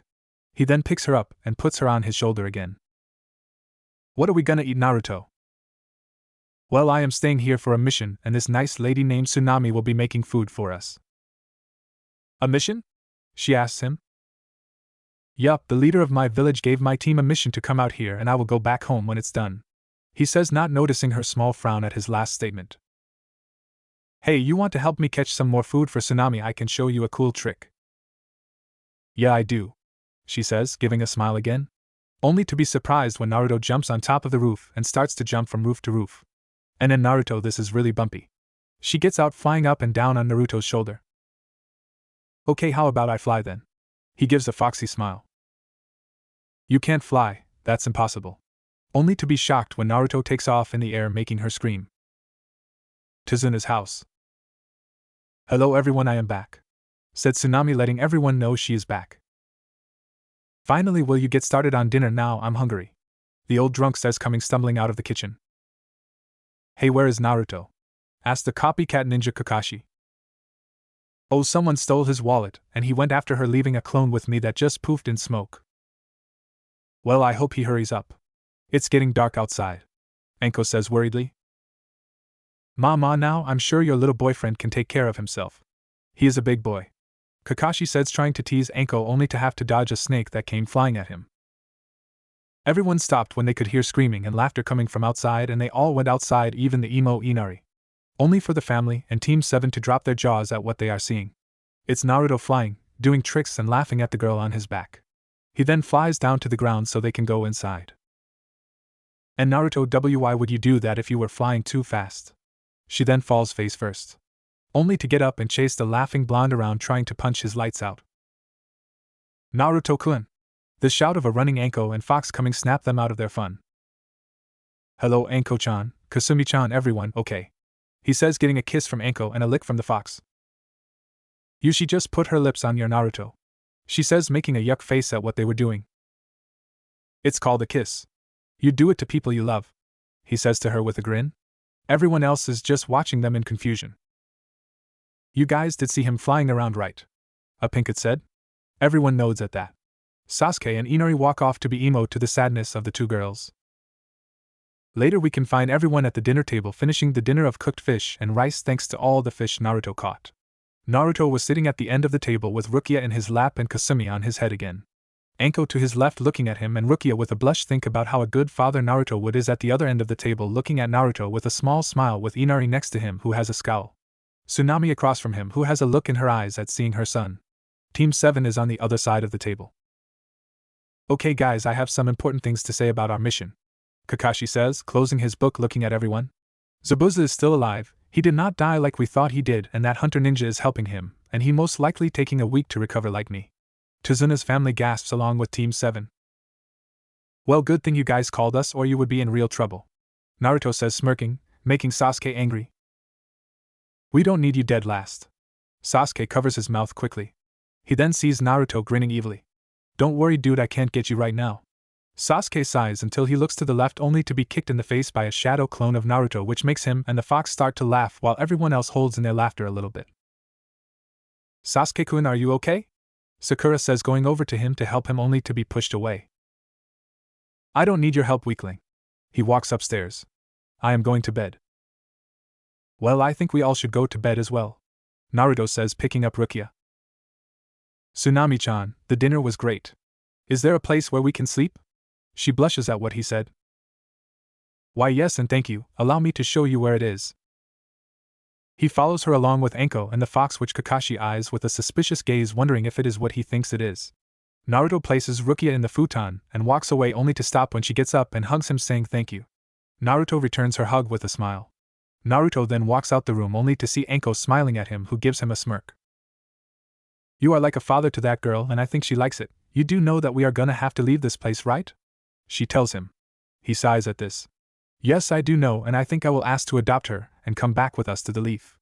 But they don't know Rukia is listening to this and is crying tears of happiness, and can't believe this. She then runs out and jumps on Naruto and laughs. Yes, I would love to be your daughter, Papa.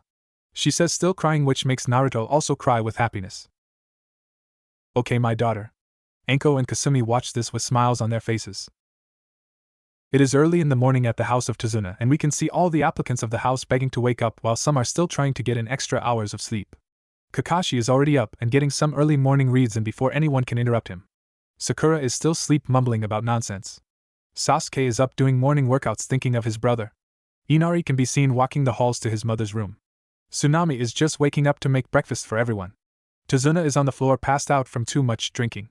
Anko is sprawled out in her futon with one leg out and a plushie of Naruto close to her. Naruto is in the futon with one Rukia attached to his right arm, with blinking eyes, seeing where she is. Wow, that was the best sleep I have ever had in my life, she says, looking around with sleepy eyes until she remembers what happened last night. So it wasn't a dream, I really have a D-dad. She then tries to shake Naruto awake, but he doesn't budge. An evil smile appears on her face. So you don't want to wake up, huh, Papa? Well, I know how to wake you up. She then gets up silently and stands over Naruto, evil grin still in place. She then jumps up as high as she can and comes down screaming. Wake up! She comes down with an elbow drop to his stomach. This causes Naruto to shoot up with wide eyes, and he can hear a laughing Kasumi in his head. Rukia-chan, what W was that for? He was able to get out through labored breath. Rukia could only stand there with a smirk in place at what she did to her dad. That thought makes her smile. Good morning, Daddy, I just needed you to wake up so you can teach me how to write like you said you would. This causes Naruto to smile at her and pulls her into a hug. Good morning to you as well, baby. He then kisses her on the top of her head. He then puts her in a headlock and gives her a nuggie. This is the scene one Anko walks in on and can't help but smile at them. Well, you two seem to be having fun, Anko says with a grin, leaning against the door. Well, when you two are done, I would like to let you know that everyone else is up and Kakashi wants to talk about training. Okay, Anko-chan, we will be down when we get dressed, he says, getting up only for Anko to turn around with a red face at what she saw. Oh my god, he's so big it was sticking out of his boxers. Maybe I should check again to be sure I saw what I saw was real. Only to sigh sadly because he put on orange jogging pants and a black long sleeve. Okay, Rukia-chan, I'll teach you how to write and a little about seals while we wait for dinner. They then walk out, but not before giving Anko a peck on the lips. They made their way downstairs saying good morning to everyone, getting replies even from Sakura. Naruto sits at the table and Rukia in his lap, jumping with excitement at learning how to write. Okay, Papa, I am ready. What do we do first? She says, looking at him with a smile. This is a scroll I use to write seals in, and I want you to practice writing your name. Let me show you how it is done first. He then writes her name on the scroll. Now you go. She then takes the brush and starts to concentrate so hard she even sticks her tongue out to the side of her mouth, much to the amusement of everyone else.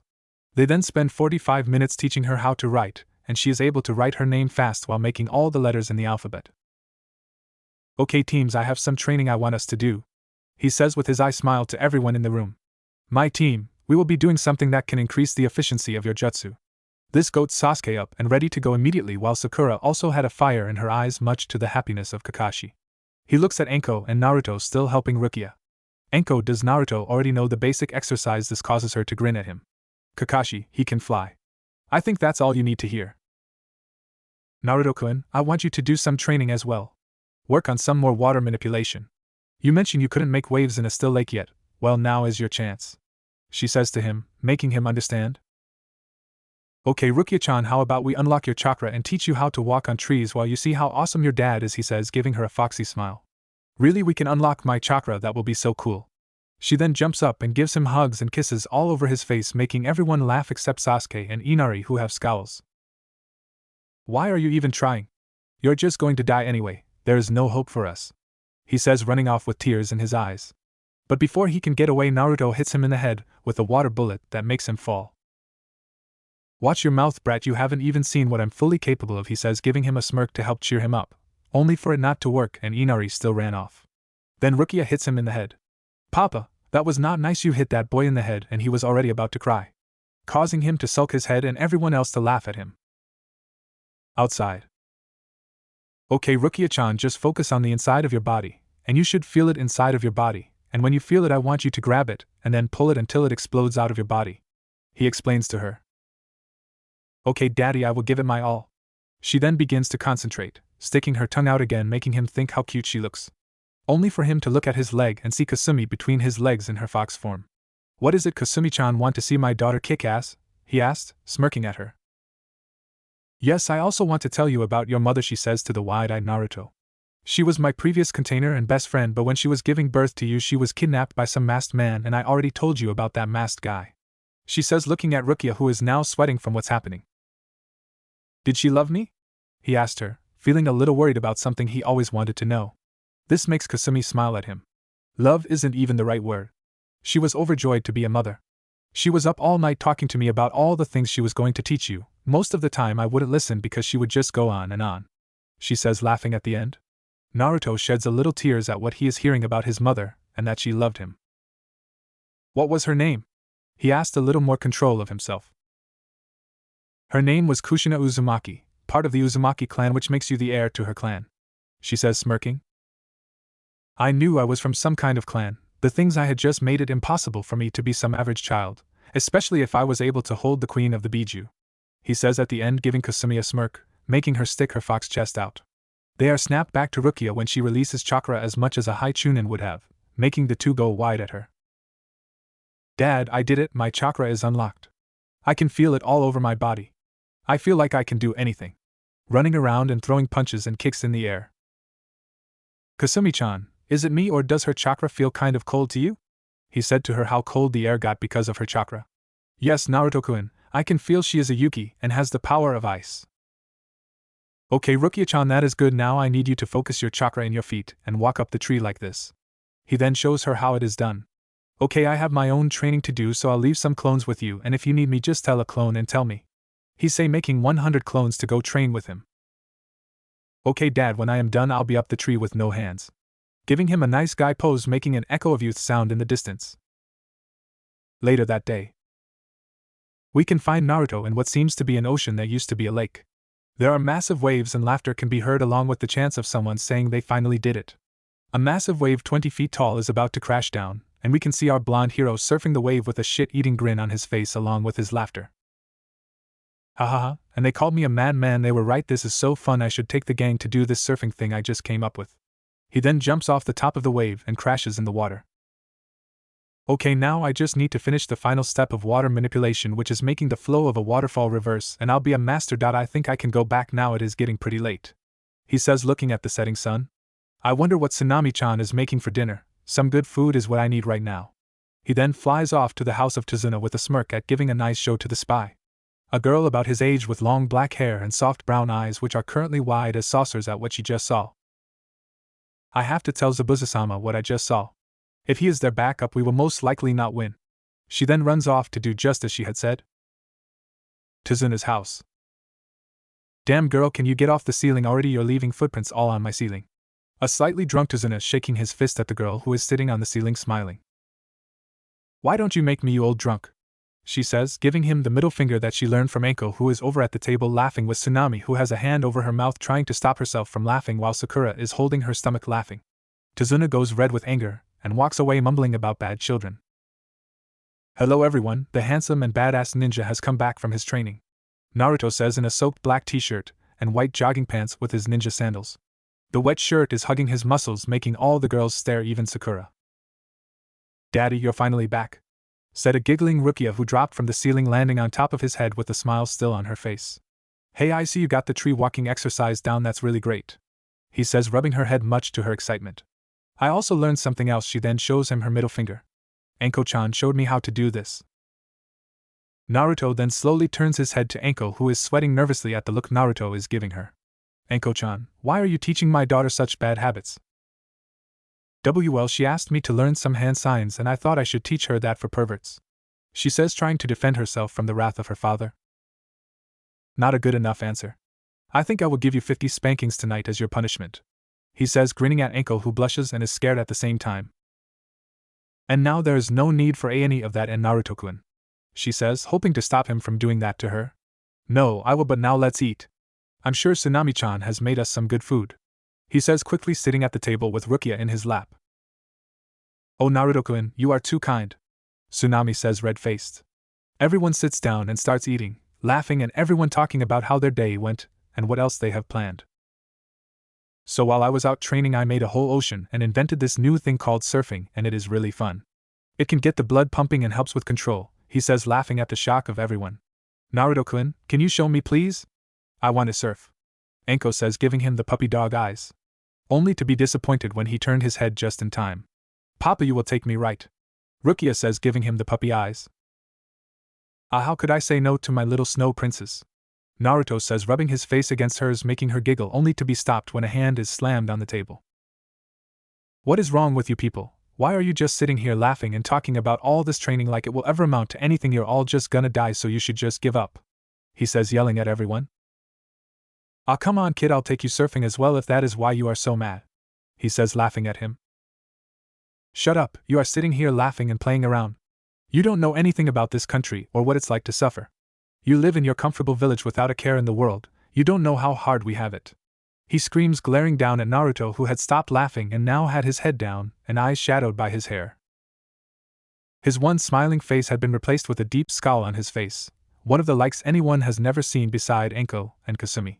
Don't know how hard we have it, don't know what it is like to suffer. As he is talking, the winds pick up, thunder starts to sound off, the waves outside start to clash violently. You really don't know how good you have it, do you? You foolish child, you have a mother at home who gets up and cleans up after you and your grandfather, a mother who worries about you, a mother who helps you when you are hurt, a grandfather who is putting his life on the line just so people like you who are too scared to do any work can live happily. He says all of this while the storm picks up and his hair changes white for a second, while the occupants of the room worry for their safety. When I was your age, I was on the streets fighting for my life just to find a place to sleep and put food in my stomach. Fighting the people I am sworn to protect.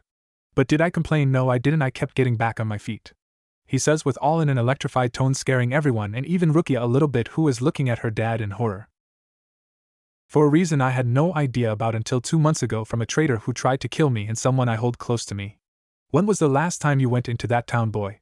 There are kids your age and younger who are on the streets starving, struggling just to make it past this week. He then gets up and sets the wide-eyed Rukia in Enko's arm, who is giving him a sad smile with a couple tears in the corner of her eyes. He then kisses them both. Daddy will be back later, I have to clear my head. He walks outside and a lightning bolt strikes him, and then he's gone, leaving everyone speechless. Kakashi-sensei, did all that really happen to him? Sakura asked in a shaky tone, not wanting to believe what she was hearing. No, Sakura, it was much worse. Naruto was often in the hospital when the villagers would gang up on him, and he would have to fight back, he says, shocking everyone. This makes Rukia clench her fist, and she makes a vow to protect her dad. You know, when Naruto found me, I stole all his money and gave it away. Rukia speaks up with tears going down her face. I was living in a box and barely had food and clothes to eat, but I never let it stop me because that's what cowards do, and Rukia Uzumaki is no coward, she says, running upstairs to the room she shares with her dad. Most smile at what the young girl says, while Tsunami, Inari, and Sakura are still shedding tears. Why didn't anyone help him? And I was so mean to him, I just feel so terrible. Sakura cries more when remembering how she treated him. That loser was just joking, he was always pulling pranks and running around with that stupid smile on his face. Sasuke says, only to be shocked when he is slapped by an angry Enko. He is sending him massive ki, making him shake like a leaf. Kakashi grabs her to calm her down, only to be pushed off.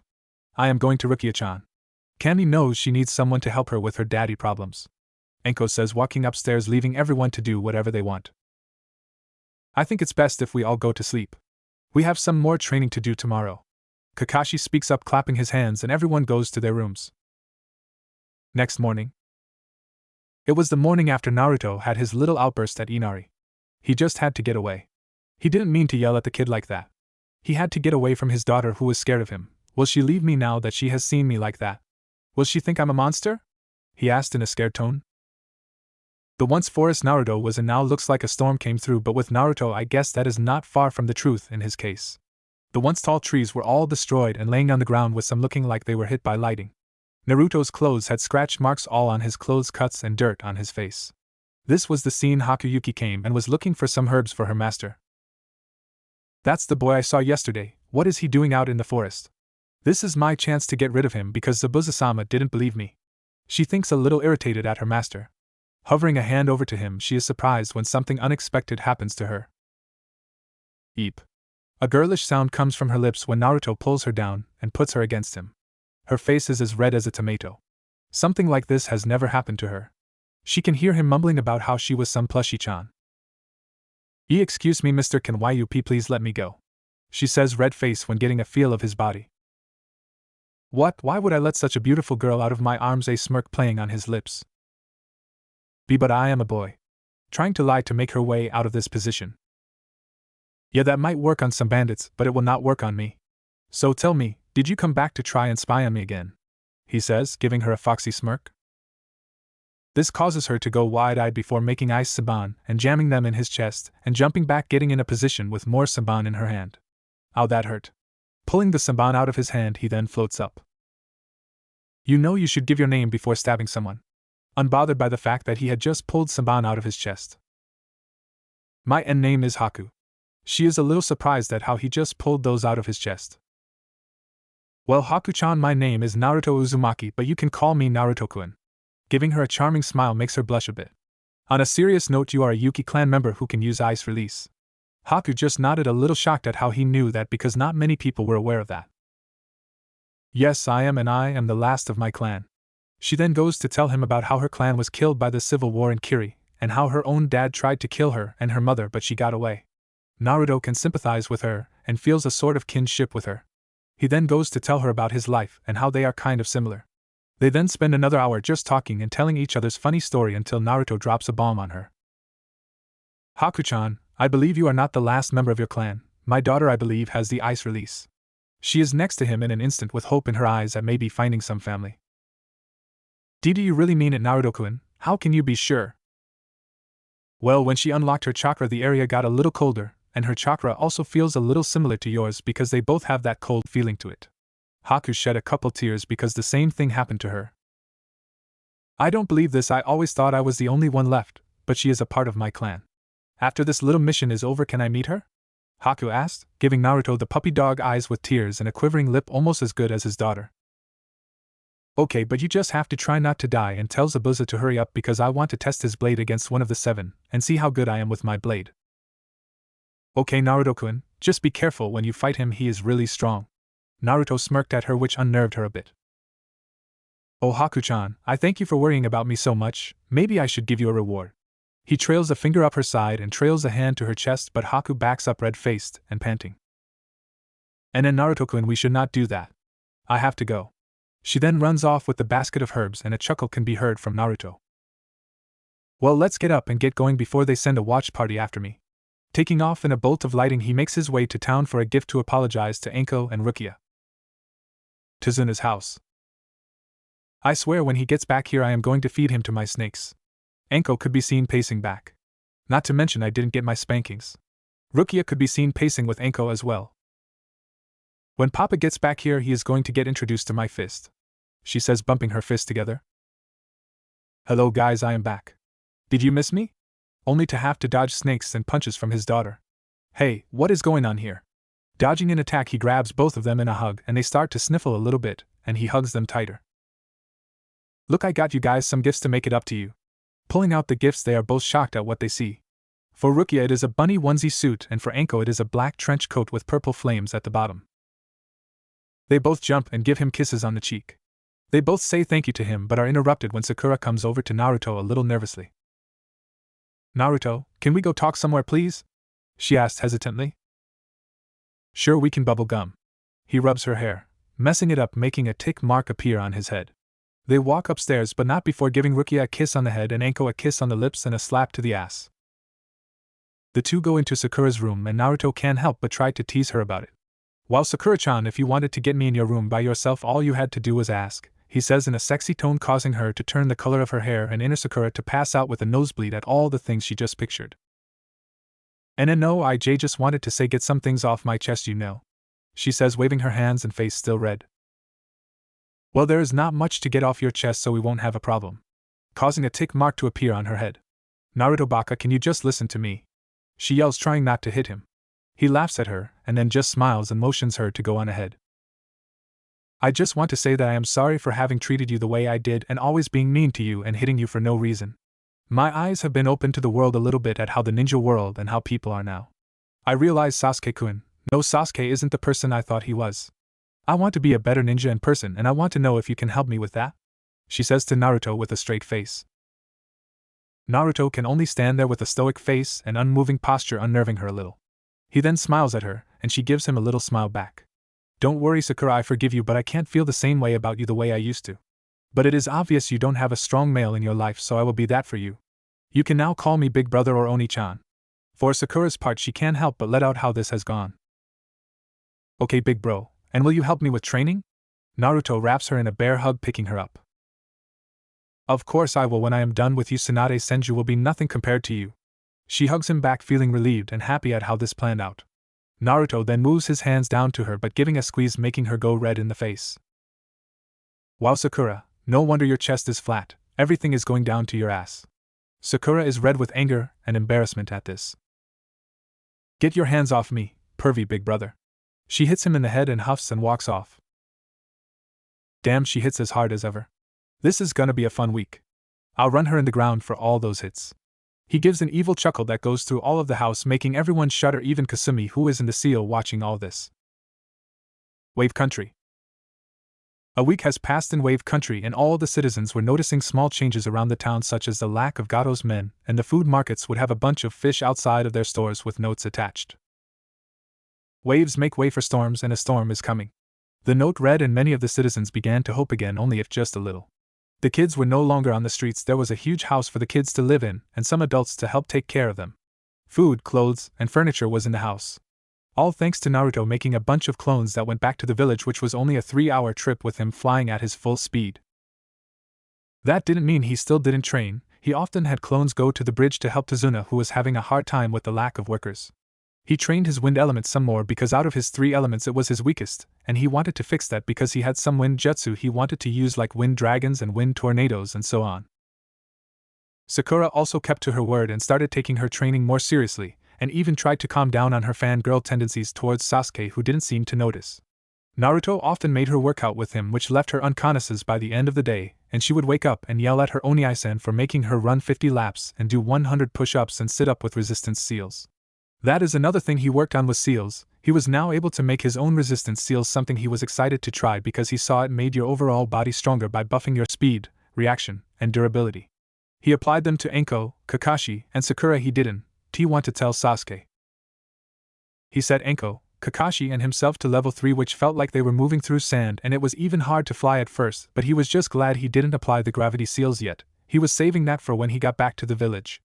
Rukia Aslo did training with them, doing all the physical training and chakra control, and much to the dismay of Sakura, even Rukia could outlast her in stamina, but it only made her work harder, which made Naruto happy at his new little sister's determination. Rukia also showed great skill in swordsmanship, and Naruto promised to get her a real sword when they go back to the village, but for now she used a wooden sword. It was not just all training. He often played with Rukia and Enko, getting to learn more about them, such as Rukia's birthday was January 14th, and she had an older sister who was killed by Gato because she did not want to work for him. This only made Naruto want to rip his heart out even more. He learned her favorite was animals, and she wanted a pet rabbit to name Chappie. He learned Enko had a soft spot for rabbits, often leading to Enko squeezing Rukia's head in between her breasts when she would wear her bunny onesie. Naruto got her, much to her embarrassment. Naruto and Rukia could be seen spread out on the futon with the sheets all over the place. Rukia had a leg over Naruto's face, which had a bunny head at the end of it. Naruto had one of his legs across her back. Both of them were snoring, often waking up Enko, who was next to them. Tsunami walked in the room and only sweat dropped at what looked like the two were fighting in their sleep. She went to wake up Rukia, but she was kicked by her other leg, pushing her back some. Ninjas are so weird, she thinks, walking to Naruto to wake him up only to be surprised again. She let out a gasp because Naruto pulled her down and was now spooning her, making her go red in the face. Oh my Kami, what is he doing, pulling me down like this? I hope no one sees this. She tries to wiggle out of his grasp but only makes it worse by rubbing her butt on Naruto's crotch, making him moan in his sleep. And then Naruto-kun, could you please wake up, your team has left, she says, being able to turn around in his arms. Getting to look at his face so close to hers, she can't help but to blush even more at how handsome she looks. Moving her face closer to his, she moves back when he starts to wake up. Tsunami-chan, what are you doing here? Blinking a couple of times, he can see Rukia sleeping on her stomach in AT position. Turning back to Tsunami, he grins at seeing her blush and the position the two are in. Tsunami-chan, if you wanted to get in bed with me, all you had to do was ask, he says, pulling her closer to him, making his hardened crotch brush her wetting folds, making her go red and breath a bit heavily. And then Naruto-kun, we should not do this right now. Why, your team said to meet them at the bridge. She got through labored breaths because Naruto started laying kisses on her face and neck. Okay Tsunami-chan, I'll go, but when I get back this ass is mine, he says, giving it a smack, making her pass out due to nosebleed. Rukia-chan, wake up, daddy has to go. I want you to stay here and protect the house for me while I go to the bridge. Giving a kiss to her forehead, he leaves a blinking Rukia and a still passed out Tsunami in the room. He sees Inari, who has warmed up to him after he apologized for how he acted and what he said. Good morning, Inari, I have to go. Make sure you stay the man of the house for me while I'm gone. He rubs his hair and tosses him a kunai. Use that on anyone who threatens what you hold dear. Oh, okay Naruto, you can count on me, Inari replied with determination. Naruto then walks out the front door and makes 10 sealess shadow clones to watch the house just in case. He then jumps in the trees going to the bridge. Bridge.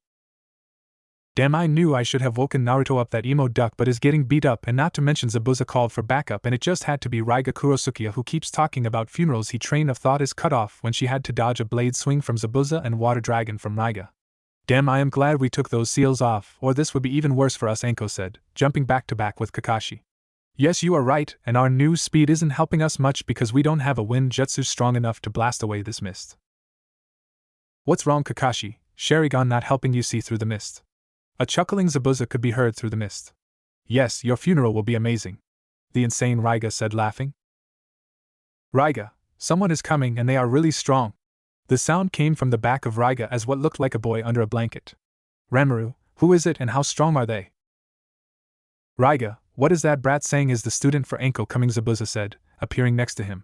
Yes, it seems so, and Ranmaru says he is strong. Zabuza scoffed. This little brat isn't that strong, he is probably just as strong as that Uchiha. While on the inside he is not having the same conversation. This must be the brat Haku was so worried about, who could fly and make 20 feet waves. If so, we are in trouble.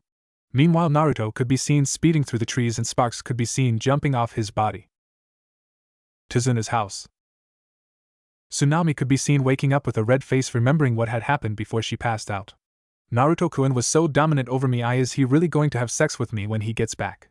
She shakes her head, but a part of her hopes he does, because she would be lying if she said she didn't want him to take her to her room and just have his way with her. No, don't think like that. We have better things to do other than to think about how Naruto-kun will stick his stop at Tsunami.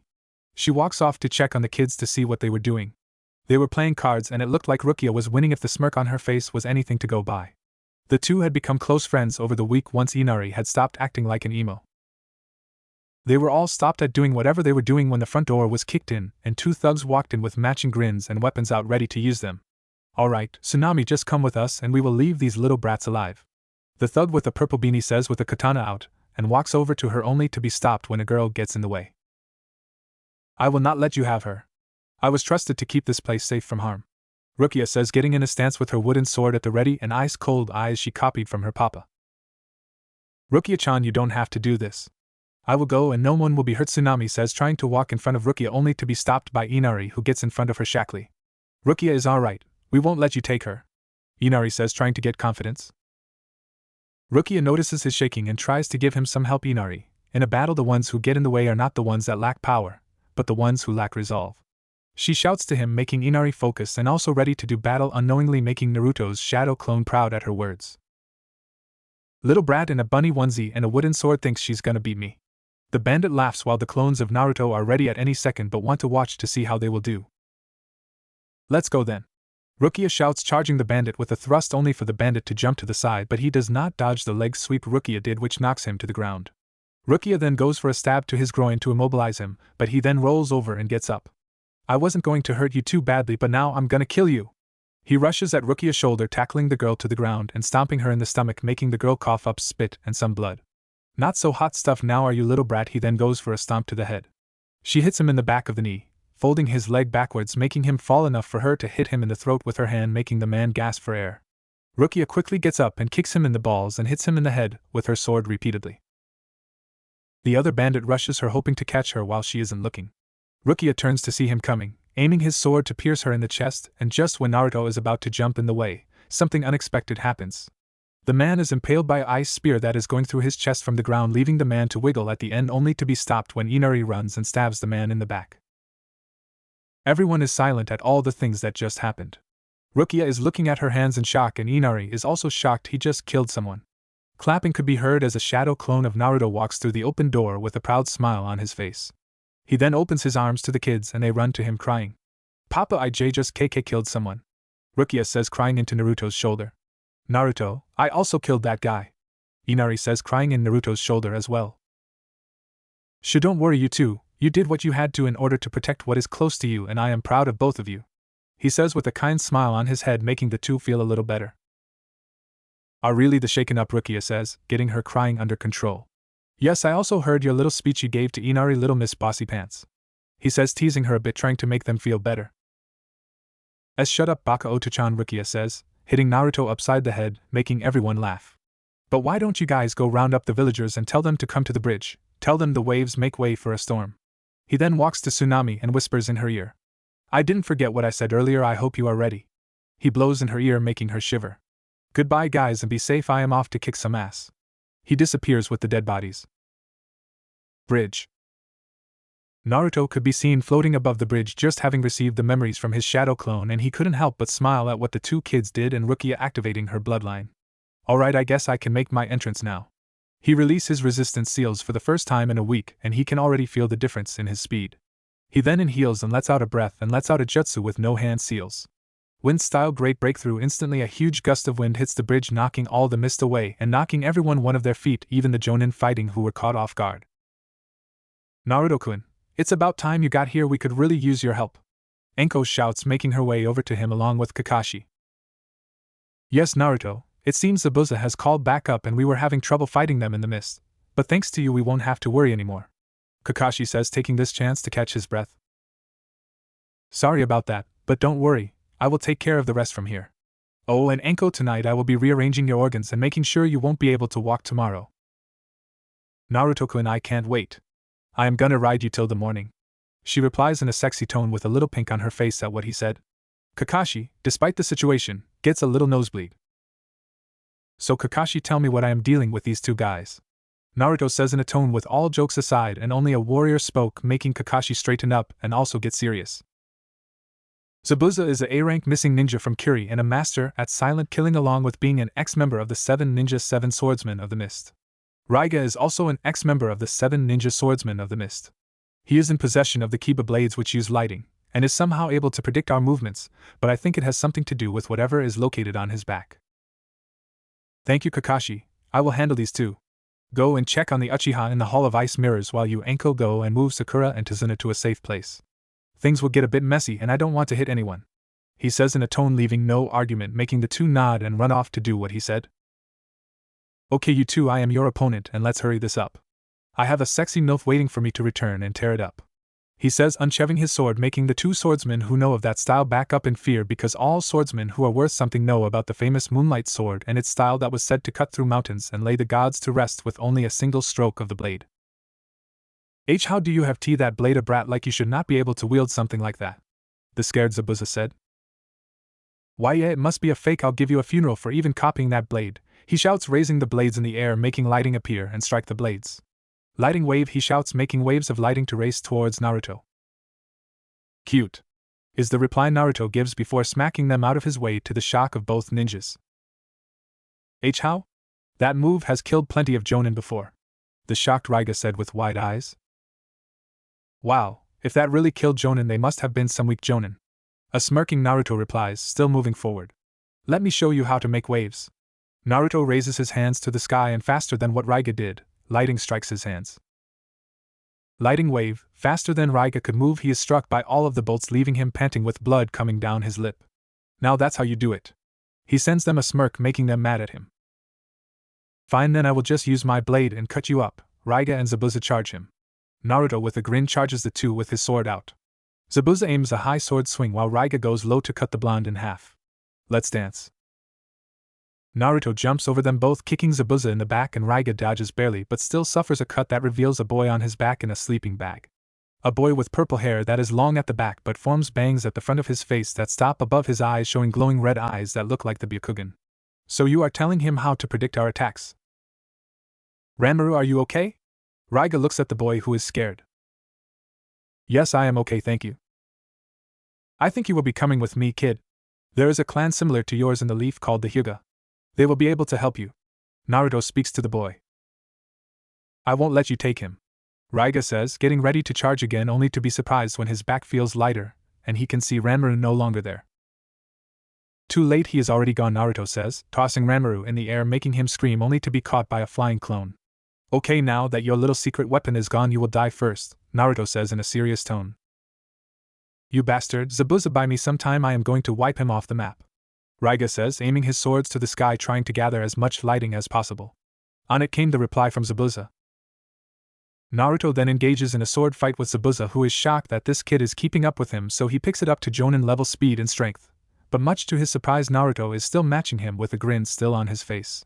He goes for a thrust, but Naruto sidesteps and stabs him in the stomach, only for Zabuza to turn into water and Naruto is sliced in half. How Brant was all talk, Zabuza is cut off when Naruto turns into lighting and Zabuza can do nothing. Got you, the grinning blonde says, giving Zabuza a slash across his chest. Damn Gaki, clever trick, the demon of the mist says, getting to his feet. They then charge back at each other, clashing blades, but this time it is Zabuza who can't keep up with the blonde, who delivers strikes that are fast and precise. Naruto cuts Zabuza on his side while dodging to the left, missing a thrust from Zabuza that leaves him open, and Naruto capitalizes on it by slashing him on his back, leaving a deep cut that makes blood gush on the ground. Naruto jumps back, weaving a swipe that would have taken his head off. 17th Dance Twister. Naruto turns into a spinning twister, giving Zabuza cuts all over his body, making the former Mist Ambu cry out in pain. Naruto comes out of the twister, grin still on his face, loving this battle. Come on, Demon of the Mist, I'm not done dancing yet. 18th Dance Mixer. Naruto unsheathes his sword faster than the eye could see. The next thing Zabuza knew was he got cut all over his body, making him drop to the ground, barely able to stay awake due to all the pain he was in. Damn Zabuza, can you do anything right? But it doesn't matter, my ultimate jutsu is ready. He then smirks at Naruto, who is giving him that grin still that pisses him off. Prepare to die, brat. Lighting of the heavens, he shouts and aims his blades that are crackling with lightning at Naruto. Now Dai! Wow, he wanted to buy time for something this week so I could make a bigger lighting show in my sleep. Let me show this foolish man the true power of lighting. Naruto then leaps up to the blast and covers his arm in lighting, something similar to that of Kakashi's lightning blade. Naruto then cuts the bolt in half and flies into the gray storm clouds and disappears. What? That is impossible. How the hell did he just cut my strongest jutsu like it was nothing? And where the hell did he go? Play Let's Do It by Lil Wayne. You don't have to, but this song helps the scene. Everyone on the bridge stopped what they were doing, even Haku, who was in the ice mirrors with a knocked out Sasuke, and a Kakashi who took this chance to get out of the mirrors with Sasuke. Enko and Sakura look up in the clouds and can hear the laughter of Naruto, while also seeing flashes of blue. The villagers on the way to the bridge look up and see it as well, even Gato's men on the side of the bridge see it. The bloody Zabuza can barely look up to see what looks like a storm coming, and he can hear the laughter of that blonde brat. Ha ha ha, prepare to see what real lighting looks like. Came the shout from the clouds, and what everyone sees leaves them shocked and strikes fear in the hearts of the blonde enemies. Zabuza even faints due to shock and fear. Storm release dragon of the heavens, Naruto shouts, and a blue dragon made of lighting comes out of the clouds, giving a bone-chilling roar, and Naruto has a shit-eating grin on his face at the look of fear on Raiga and Gato's men's faces. Now know the true power of Naruto Uzumaki of the storm release. Naruto jumps off the dragon, going down at Raiga, who can only stand there and take the hit. Naruto walks over to the place of impact, and he can see that it left a huge hole in the bridge, and not even a single trace of Raiga could be seen left. Man, I always leave nothing left of my enemies. He then notices some swords to the side. Oh, is that the Kiba blade? Well, don't mind if I do. He then picks them up and they sparkle with lighting for a little bit. And Naruto Kunti, that was awesome, shouted Anko, jumping onto Naruto, who happily caught her. My god, that was easily a S-rank jutsu, and I can see he isn't even tired from that. He probably held back to not destroy everything in range. He hasn't even used the chakra of the 9 tails, and he only has scratches and burn marks on his clothes. Naruto, just what are you? These are the thoughts of Kakashi, who is shocked at the display of power he just saw. Clapping could be heard coming from the end of the bridge, and some smoke moves to reveal that it is Gato and his thugs who are a little scared at what they just saw. So Zabuza, you failed and they call you a demon who can't even kill some kids. He then sees everyone on the bridge. Alright men, kill everyone but leave the women, especially that purple-haired one. I am going to have some fun with her. He gives a lustful grin at the Anko in Naruto's arms, who has a scowl on her face. Anko-chan, I am going to kill these guys really quick and then we can go back to the house and get it on. He gives her a deep kiss and a pinch to her through her fishnet.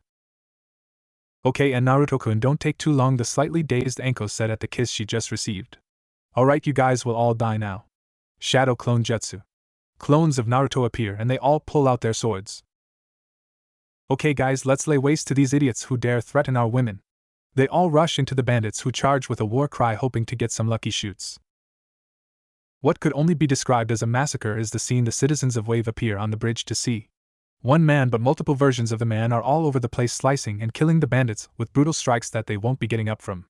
Unrivaled technique. Final, a large blast of wind comes from one of the Narutos, who delivered a straight punch to the air. 5 clones have a group of the remaining 50 bandits, and they are huddled together shaking. Galaxy split, and next thing everyone knows is that the clones seem to disappear and not even Kakashi's Sharingan can see them. The bandits fall, losing their heads. And then there was one little mouse in the trap. A bloody Naruto says, with blood staining his black long sleeve under his armor. This turns Anko on at seeing how badass her man looks in all that blood. PP, please D, don't kill me, I'll do anything. Gato says, getting down on his knees to beg. Money, women, land, I have anything you could want. I want you to sign this paper which hands over your company to Tazuna. I want the code to your safe and the location of your base so we can take everything. Naruto says in a cold tone, scaring Gato so much he just did what he said without even thinking about what he said. Here I did what you asked, why you'll let me go, right? The still scared man said. I never said that, you are going to die for making my daughter suffer and killing her sister. Naruto then throws Gato high into the sky and gets in a stance to attack. Heaven splitter, Naruto whispers, but still everyone heard what he said. Then again everyone is shocked to see Naruto slice his blade vertical and up in the sky, and Gato is split in half and even the clouds are split, revealing a bright sun and blue sky. What the hell, this boy could have killed me easily, so why did he let me live? An Awakens, Zabuza asked, looking at the blonde in respect at what he just saw. Are you kidding me, he just split the fucking sky, this is going to be one report. Though Kakashi. Oh yeah, I'm riding him until the bed breaks. A soaking Anko, though looking at Naruto with lust as if reading her mind, turns to her and winks, making her blush. The people of Wave all let out cheers at what just happened to Gato and their now free country. They all run to Naruto and start to call him Naruto-sama and throw him in the air up and down, making him laugh. Wow, Papa is really strong. I hope I can be as strong as him one day, Rukia says. Anko hears what she says and rubs her bunny ears, making Rukia slap her hands away from her head. You're gonna need a lot of training if you want to be strong like your daddy, Anko says, smirking. Naruto, finally able to get down from the villagers, walks to his group. Alright you guys, let's go back to the house so we can rest and party. He says the last part with a grin, making all the villagers cheer and run into town. Hey Naruto! Zabuza calls the blonde. What is it, no brows? Naruto says with a smirk. A tick mark appeared on Zabuza's head and a giggling Haku could be heard. Why did you let me live when you could have killed me easily? He asked, wanting an answer. Well, if I killed you, Haku-chan would be sad and I can't have that. He says, removing the mask of a blushing Haku. What does she have to do with it? Zabuza asked with a raised eyebrow at the blonde. Well, she loves you like her father and I can't kill her father now, can I? He said, smiling. This surprised Zabuza, who looked at Haku with wide eyes, who looked away feeling embarrassed. Haku, is that true? He asked with surprise in his voice. Why yes, Zabuza-sama, but I will stop because I am only a tool and tools don't have feelings. She said the last part sadly. This earned a smack to the ass for Haku and a smack to the head for Zabuza. Haku-chan, you are not some tool, you are a beautiful girl who just has a shitey father. He says, giving her a charming smile, making her blush, while Zabuza got another tick mark. And Zabuza, stop being an ass and tell her you love her too, or you get the same treatment as Gato. He says, grabbing his sheath, making Zabuza go wide-eyed and run towards Haku. Haku, I also love you like the daughter I have never had. Please forgive me so I don't die. He says on his knees in front of Haku. Haku only laughed and helped him up. Zabuza-sama, I could never hate you and I forgive you, she says, giving him a hug. Alright, all is well and good, now let's go party. Naruto then picks up Anko in a bridal style. You ready to get your world rock time? He says, smirking at the blushing Anko. Why yes I am, now let's go. To Zuna's house. The group arrives at the house with Zabuza and Haku. Everyone sits in the living room area. Naruto can be seen running upstairs with Anko over his shoulder, who is giggling like crazy along with a blushing Tsunami. Well, I guess he is gonna get his mission payment early. Kakashi and Zabuza giggle like perverts, causing them to be hit in the head by Haku and Sakura, whose faces were red at knowing what was gonna happen upstairs. Upstairs in Tsunami's room, Naruto threw the two on the bed and started to remove his gear, giving the girls a show, making them drool at his muscles. He puts up a silencing barrier and walks to them in nothing but boxers that do little to hide the monster peeking out his pants. Okay, I hope you girls are ready. I will be testing out this never-ending stamina of mine, he says, grinning at the two women in front of him. Then he jumps on them, and the sounds of skin hitting skin along with moans of the lattice having the best time echo throughout the room. Next morning, Naruto could be seen slowly opening his eyes to only close them when the sun shined in his eyes. A quick curse to the sun, and he tried to get up only to realize he couldn't move. There was a tuft of purple and black on his chest. Then he remembered what happened last night, and could only grin. It was his first time, but he performed like he was doing it his whole life, and by the satisfied looks on their faces he would guess so.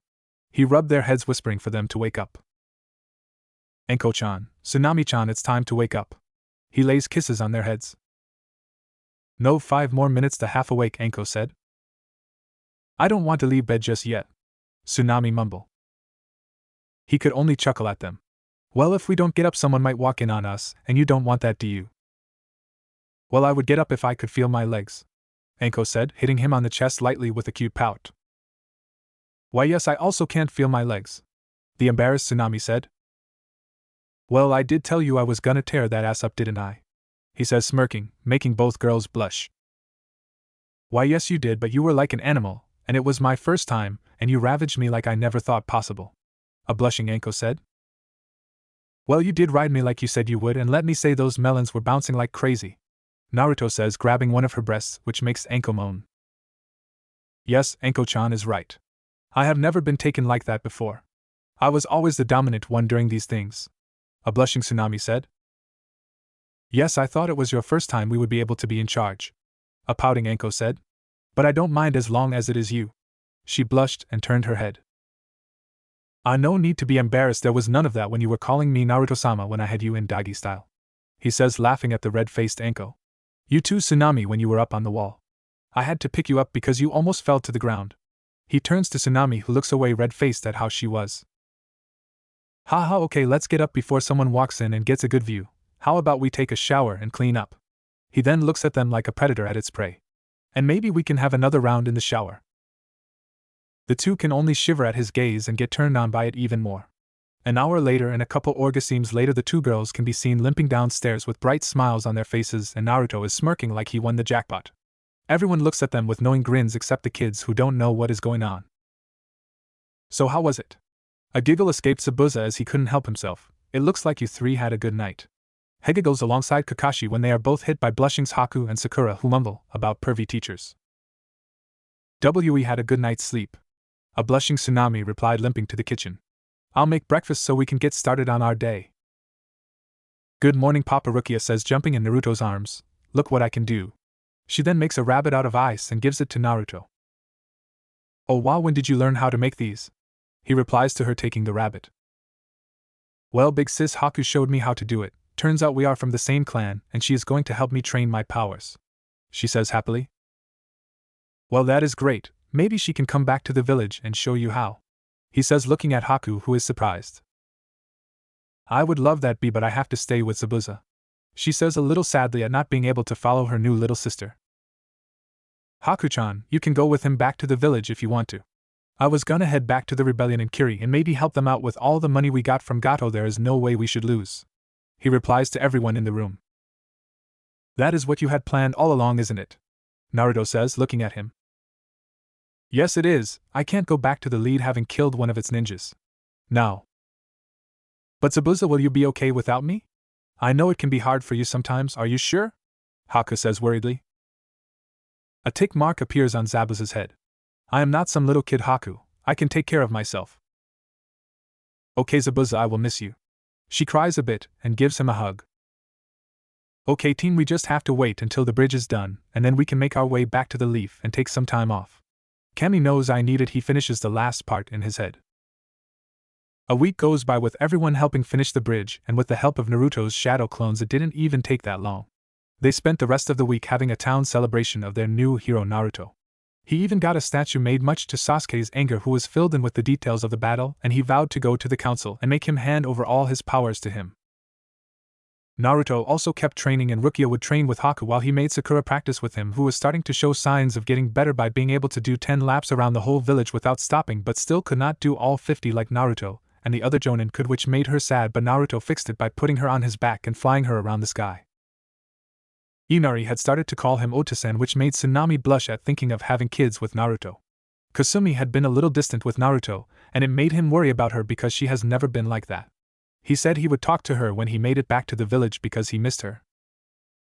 Bridge. The whole town was at the end of the bridge wanting to wish Naruto and the rest of his team goodbye, and all of Team 7 and Team 11 were there just accepting all the praise with smiles on there, and Inari were also there. They had wanted to go back with Naruto to the village because they thought it would be great for them while Tazuna ran the village. Naruto had developed a fan club, much to the girls' irritation. Okay, goodbye everyone, we will see you when I come back, and we are gonna have a huge party. The crowd gives a big cheer at his words.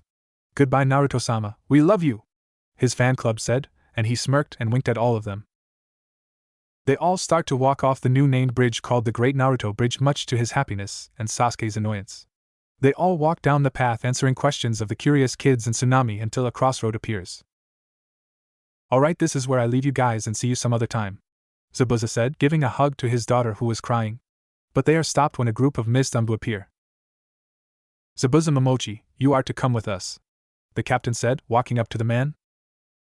Yes, so you can kill me? I don't think so, he says, pulling his blade off his back. No, you have it wrong, the war is over and we have a new Mizukage, he said, pulling out a paper with their mission on it and a message to Zabuza. He read the message and started to shake with fear at who is the new Mizukage. Mei Terumi is the new leader. He remembers all the times she tried to kill him with those lava balls and shuddered. Okay, I will come with you guys. Well, would you look at that, everything worked out just fine, Naruto said, smiling. Now let's get back, I need some ramen. He then picks up Rukia, Tsunami, and Inari, putting them in the arms of clones while he goes through a couple hand signs. Water-style water shockwave. He shouts and a wave as big as the gates of Konoha form, and he jumps on top of the wave, making its way to the village at high speeds, laughing the whole way while some of the others screamed. This is gonna be a crazy report, Kakashi cried, anime tears at his problems. Gates of Konoha. We can see the ever-present guards who defend the village with all their might, and years of fighting those who dare to challenge their village. Izumo and Kotetsu. Man, I am so bored, I wish something new would happen, Kotetsu says, drawing another card from the deck. Him and Izumo often play cards to help pass the time because on days like these it just goes by so slowly. Stop complaining, we have a duty to do for the village, we have an important job. We must make sure no person who wishes to harm the village can come in, he says, placing down his cards for a royal flush with a grin. Kotetsu can only sigh and slump in his seat at another loss in his belt. You only say that because you keep winning, pointing a finger at his best friend. Izumo puts his hands up in defense of his statement. Hey, no need to play the blame game, you just suck at this game. He then sighs. Where is Naruto when you need him? He always keeps this place feeling lively. Yeah, who are you telling? He has gotten so strong he even beat Enko, and we can't even beat her if we team up, Kotetsu replies with excitement when talking about Naruto. Turns out he has always been a fan of Naruto's pranks and his new powers. Yeah, he will most likely become a Jonin before we do. Izumo replies, a little sad at that part. Hey, why don't we start to train again? Maybe we will be able to get prompted as well, he says, a little excited at the last part. Yes, you're right. We will start to train tomorrow and we will be able to kick Naruto's butt in no time. The two high-five each other at their new goal. But the two are stopped when the ground starts to rumble, and they can see trees being knocked down in the distance. Umbu! Kotetsu yells, making 5 Umbu appear out of nowhere. There is something coming from the tree line and I can sense multiple chakra signatures. Squad, I will get on top of the wall to check, you stay here and wait for any attack that might come. They all do just as they said, with them getting their weapons ready. What the Umbu sees surprises him. It is a massive wave of water coming this way. Everyone perform the basic earth wall and put in as much chakra as you can. The captain says, jumping down, and they all perform the jutsu. As the wave approaches, they can all see it, and hear the waves crashing and what sounds like laughing. Prepare for impact. A second later, they are all smashed with the heavy waves, and the wall starts to crack and some water shoots through some holes. Hold it! The captain screams, only for all the water to disappear. That was fun, Naruto-kun, can we do it again? Anko says, hanging off of Naruto with a wide smile on her face. She wasn't the only one smiling. Kakashi, Sakura, Rukia, Tsunami, Inari, Sasuke, and even the now free Ranmaru, who was stuck in a ceiling seal until Naruto released him. Everyone on the other side of the wall, and even other ninja who had come because they felt all the chakra being used along with some civilians. They froze when they heard the name Naruto. Some were confused. Was he the one who did all that chakra and massive waves? Haha, don't you worry your pretty little head, we can do it as much as you want. He replied, laughing until he saw everyone looking at him. Oh, hey there Kotetsu and Izumo, how's it going? Waving a hand like nothing happened. Uzumaki-san, did you create this huge wave? The captain of the Umbu asked, getting out of his shock. He wanted to take this brat to the Hokage, and have him explain why he did what he did. Yes, I did, awesome right? He says, grinning at them. Hell yeah it was, can I come next time? An Umbu with a lizard mask said. Only to be hit by another to be quiet. You bet you can, I'll even take you guys. He points to the gate guards who are shaking with excitement. Uzumaki-san, that was dangerous and could have harmed someone. I will take you to the Hokage office and have you explain your actions. Mama, no one was hurt, we just wanted to make it to the village fast, and he used this to travel here. Kakashi says, trying to calm down the problem. Kakashi-senpai, you were also involved in this. I must tell everyone how childish you have become. The Umbu then tried to walk to Naruto and grab him, but Naruto pushed his hand away. If you want to take me, you will have to catch me, he replied with a devilish smirk that scared the Umbu because they knew they could not catch him. I will not be in these games, Uzumaki-san. Just he is cut off when Naruto hit him with a paint bomb that turned his clothes pink, making everyone laugh at him. Fine, if that's what you want, when I catch you I will cut your legs off so you can't run anymore. He then orders the Umbu to engage him. You guys go ahead to the old man's office and I will meet you when I shake these guys, he says while running into the village at high speeds the Umbu could barely keep up with. Will Daddy be okay? He said, those guys are the elite of the village. A worried Rukia asked Haku, who only picked her up. Don't worry Rukia-chan, Naruto-kun has told me he was able to avoid those guys at your age, so I'm sure he will be just fine, Haku says, rubbing her head. Well, we can leave him to have some fun with those guys while we go to the office. I am sure he will have lost them by the time we get there, Anko says, starting to walk off, and the group follows him. While walking through the village, Rukia, Tsunami, and Inari are amazed by how big the village is and can't believe how many stores that they have. But they also feel a little anger towards them because they are the same ones who were hurting Naruto. When the group finally makes it to the office of the Hokage, they can hear voices in the room and it sounds like a meeting is going on. They decide to go inside to see what is going on but are shocked at who they see. The current Reikujai, who has blonde white hair that are in braids with dark skin. A build that is built for muscles and to grapple and throw heavy punches that will leave you in the hospital. 2 companies with him. The one to his right is Killer B, the 8 Tails Jinchuriki, and has a build similar to that of his brother the Reikuge. On the other side of the Reikuge is a woman who has a more slender build with light skin and blonde hair that goes to her back in a braid, who happens to be the 2 Tails Jinchuriki. They all stop when Team 7 and 11 enter the room, and a moment of silence is there until it is broken by the old Hokage, who gives an awkward cough. Hello teams, I see both missions were a success, he says, giving them a smile, trying to make the awkward situation go away. Yes, Hokage-sama, our mission was a success but had some weird things go on during the mission, and my report will definitely be one for the ages. Kakashi steps up, speaking after giving a bow to the Reikuge, who only nodded, recognizing who he was. He then motions for Tsuna's family along with Rukia and Haku to walk forward, and they all are a little nervous at all the high-class people in the room. Hello Hokage-sama, my name is Tsunami, and this is my son Inari, and we wish to join the village. The woman speaks up, a little nervous. The old Reikuge can only give a grandfatherly smile at them, which makes them feel a little better. Okay, what makes you come to our village, if I may ask? Well, I came here to be with Naruto-kun, she replies, blushing at remembering Naruto and how many times they had sex of the week. Hee, I see, so you are sharing him with Anko. The old man and Kakashi giggle like perverts. Oh Hokage-sama, they are sharing him all right. Kakashi says, hinting at what they did, making Anko and Tsunami blush. Shut up, you pervert, Anko says, hitting him in the balls with a red face. The old man gets a bit off a nosebleed at what he is thinking, but he wipes it away. The Raikage and his group can only sweat drop at what is going on. It's like they totally forgot we are here, and who is this Naruto they keep talking about? Must be some lucky man if 2 women are sharing him. Okay, we can talk more about that when Naruto-kun gets here, he says, getting under control a little bit. Now what about you two? Looking at Rukia and Haku. Well, my reason is similar to Tsunami-chan. I also wish to join the village, but as a ninja, Haku says, making an ice rabbit, much to the Hokage and group from Kumo's surprise.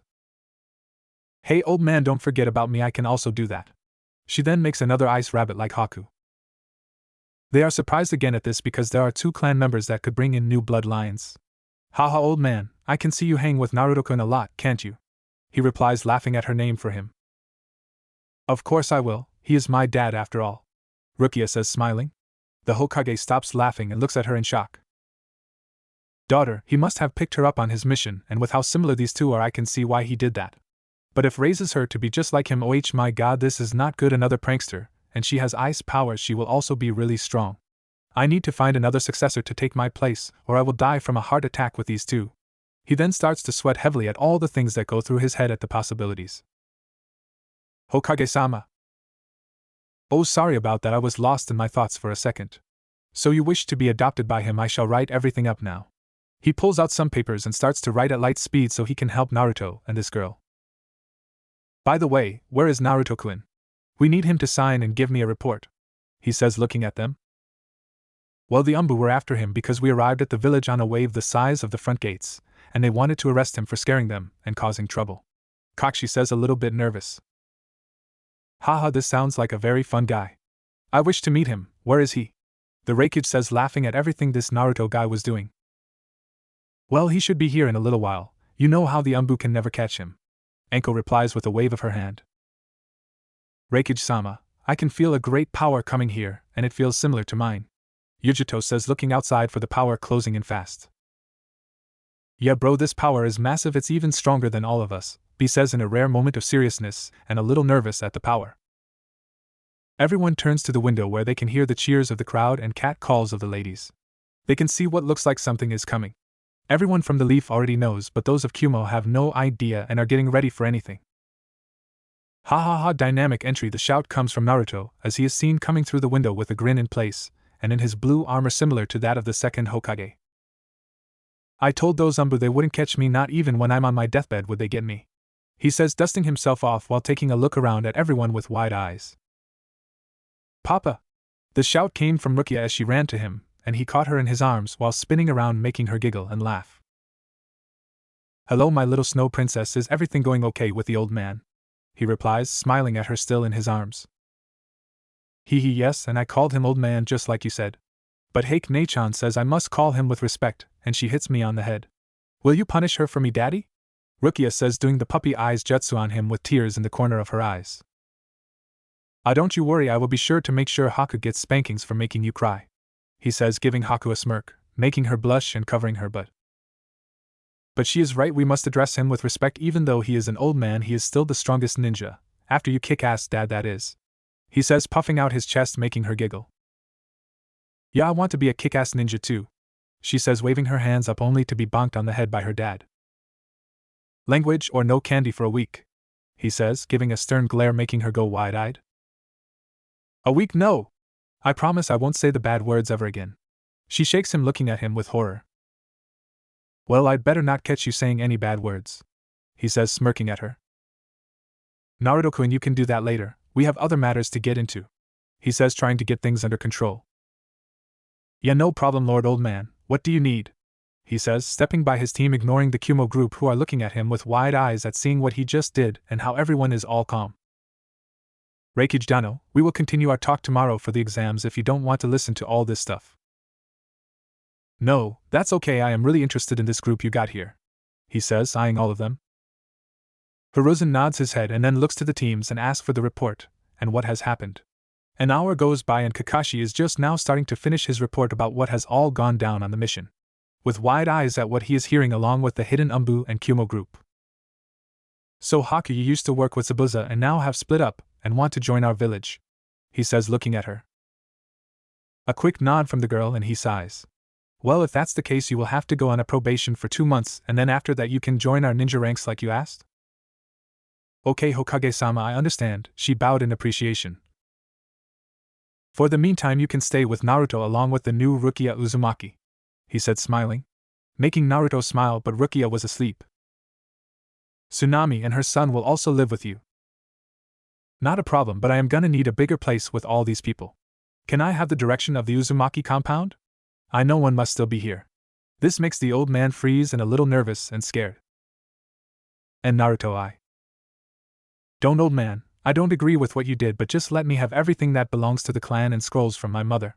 And we can call it even, but come the Chunin exams I expect to know who my father is. Okay, Naruto-kun, I'll give you everything. He then goes and opens a slot under his desk and takes out scrolls and sealed letter. Here, this is everything Kushina sealed up before she died to the Kyuubi. Wait, he is the son of Kushina Uzumaki, the Red Death. The Raikid shouts, losing his cool for a second. Wow, my mom sounds pretty badass if she was able to make you react like that, and she also got a pretty badass nickname, Naruto says, smirking. Kid, you have no idea, that woman was scary. Killer Bee shivered at hearing the laugh of the Red Death. Can I see a picture of her, please? Naruto said, looking at the Hokage with hope.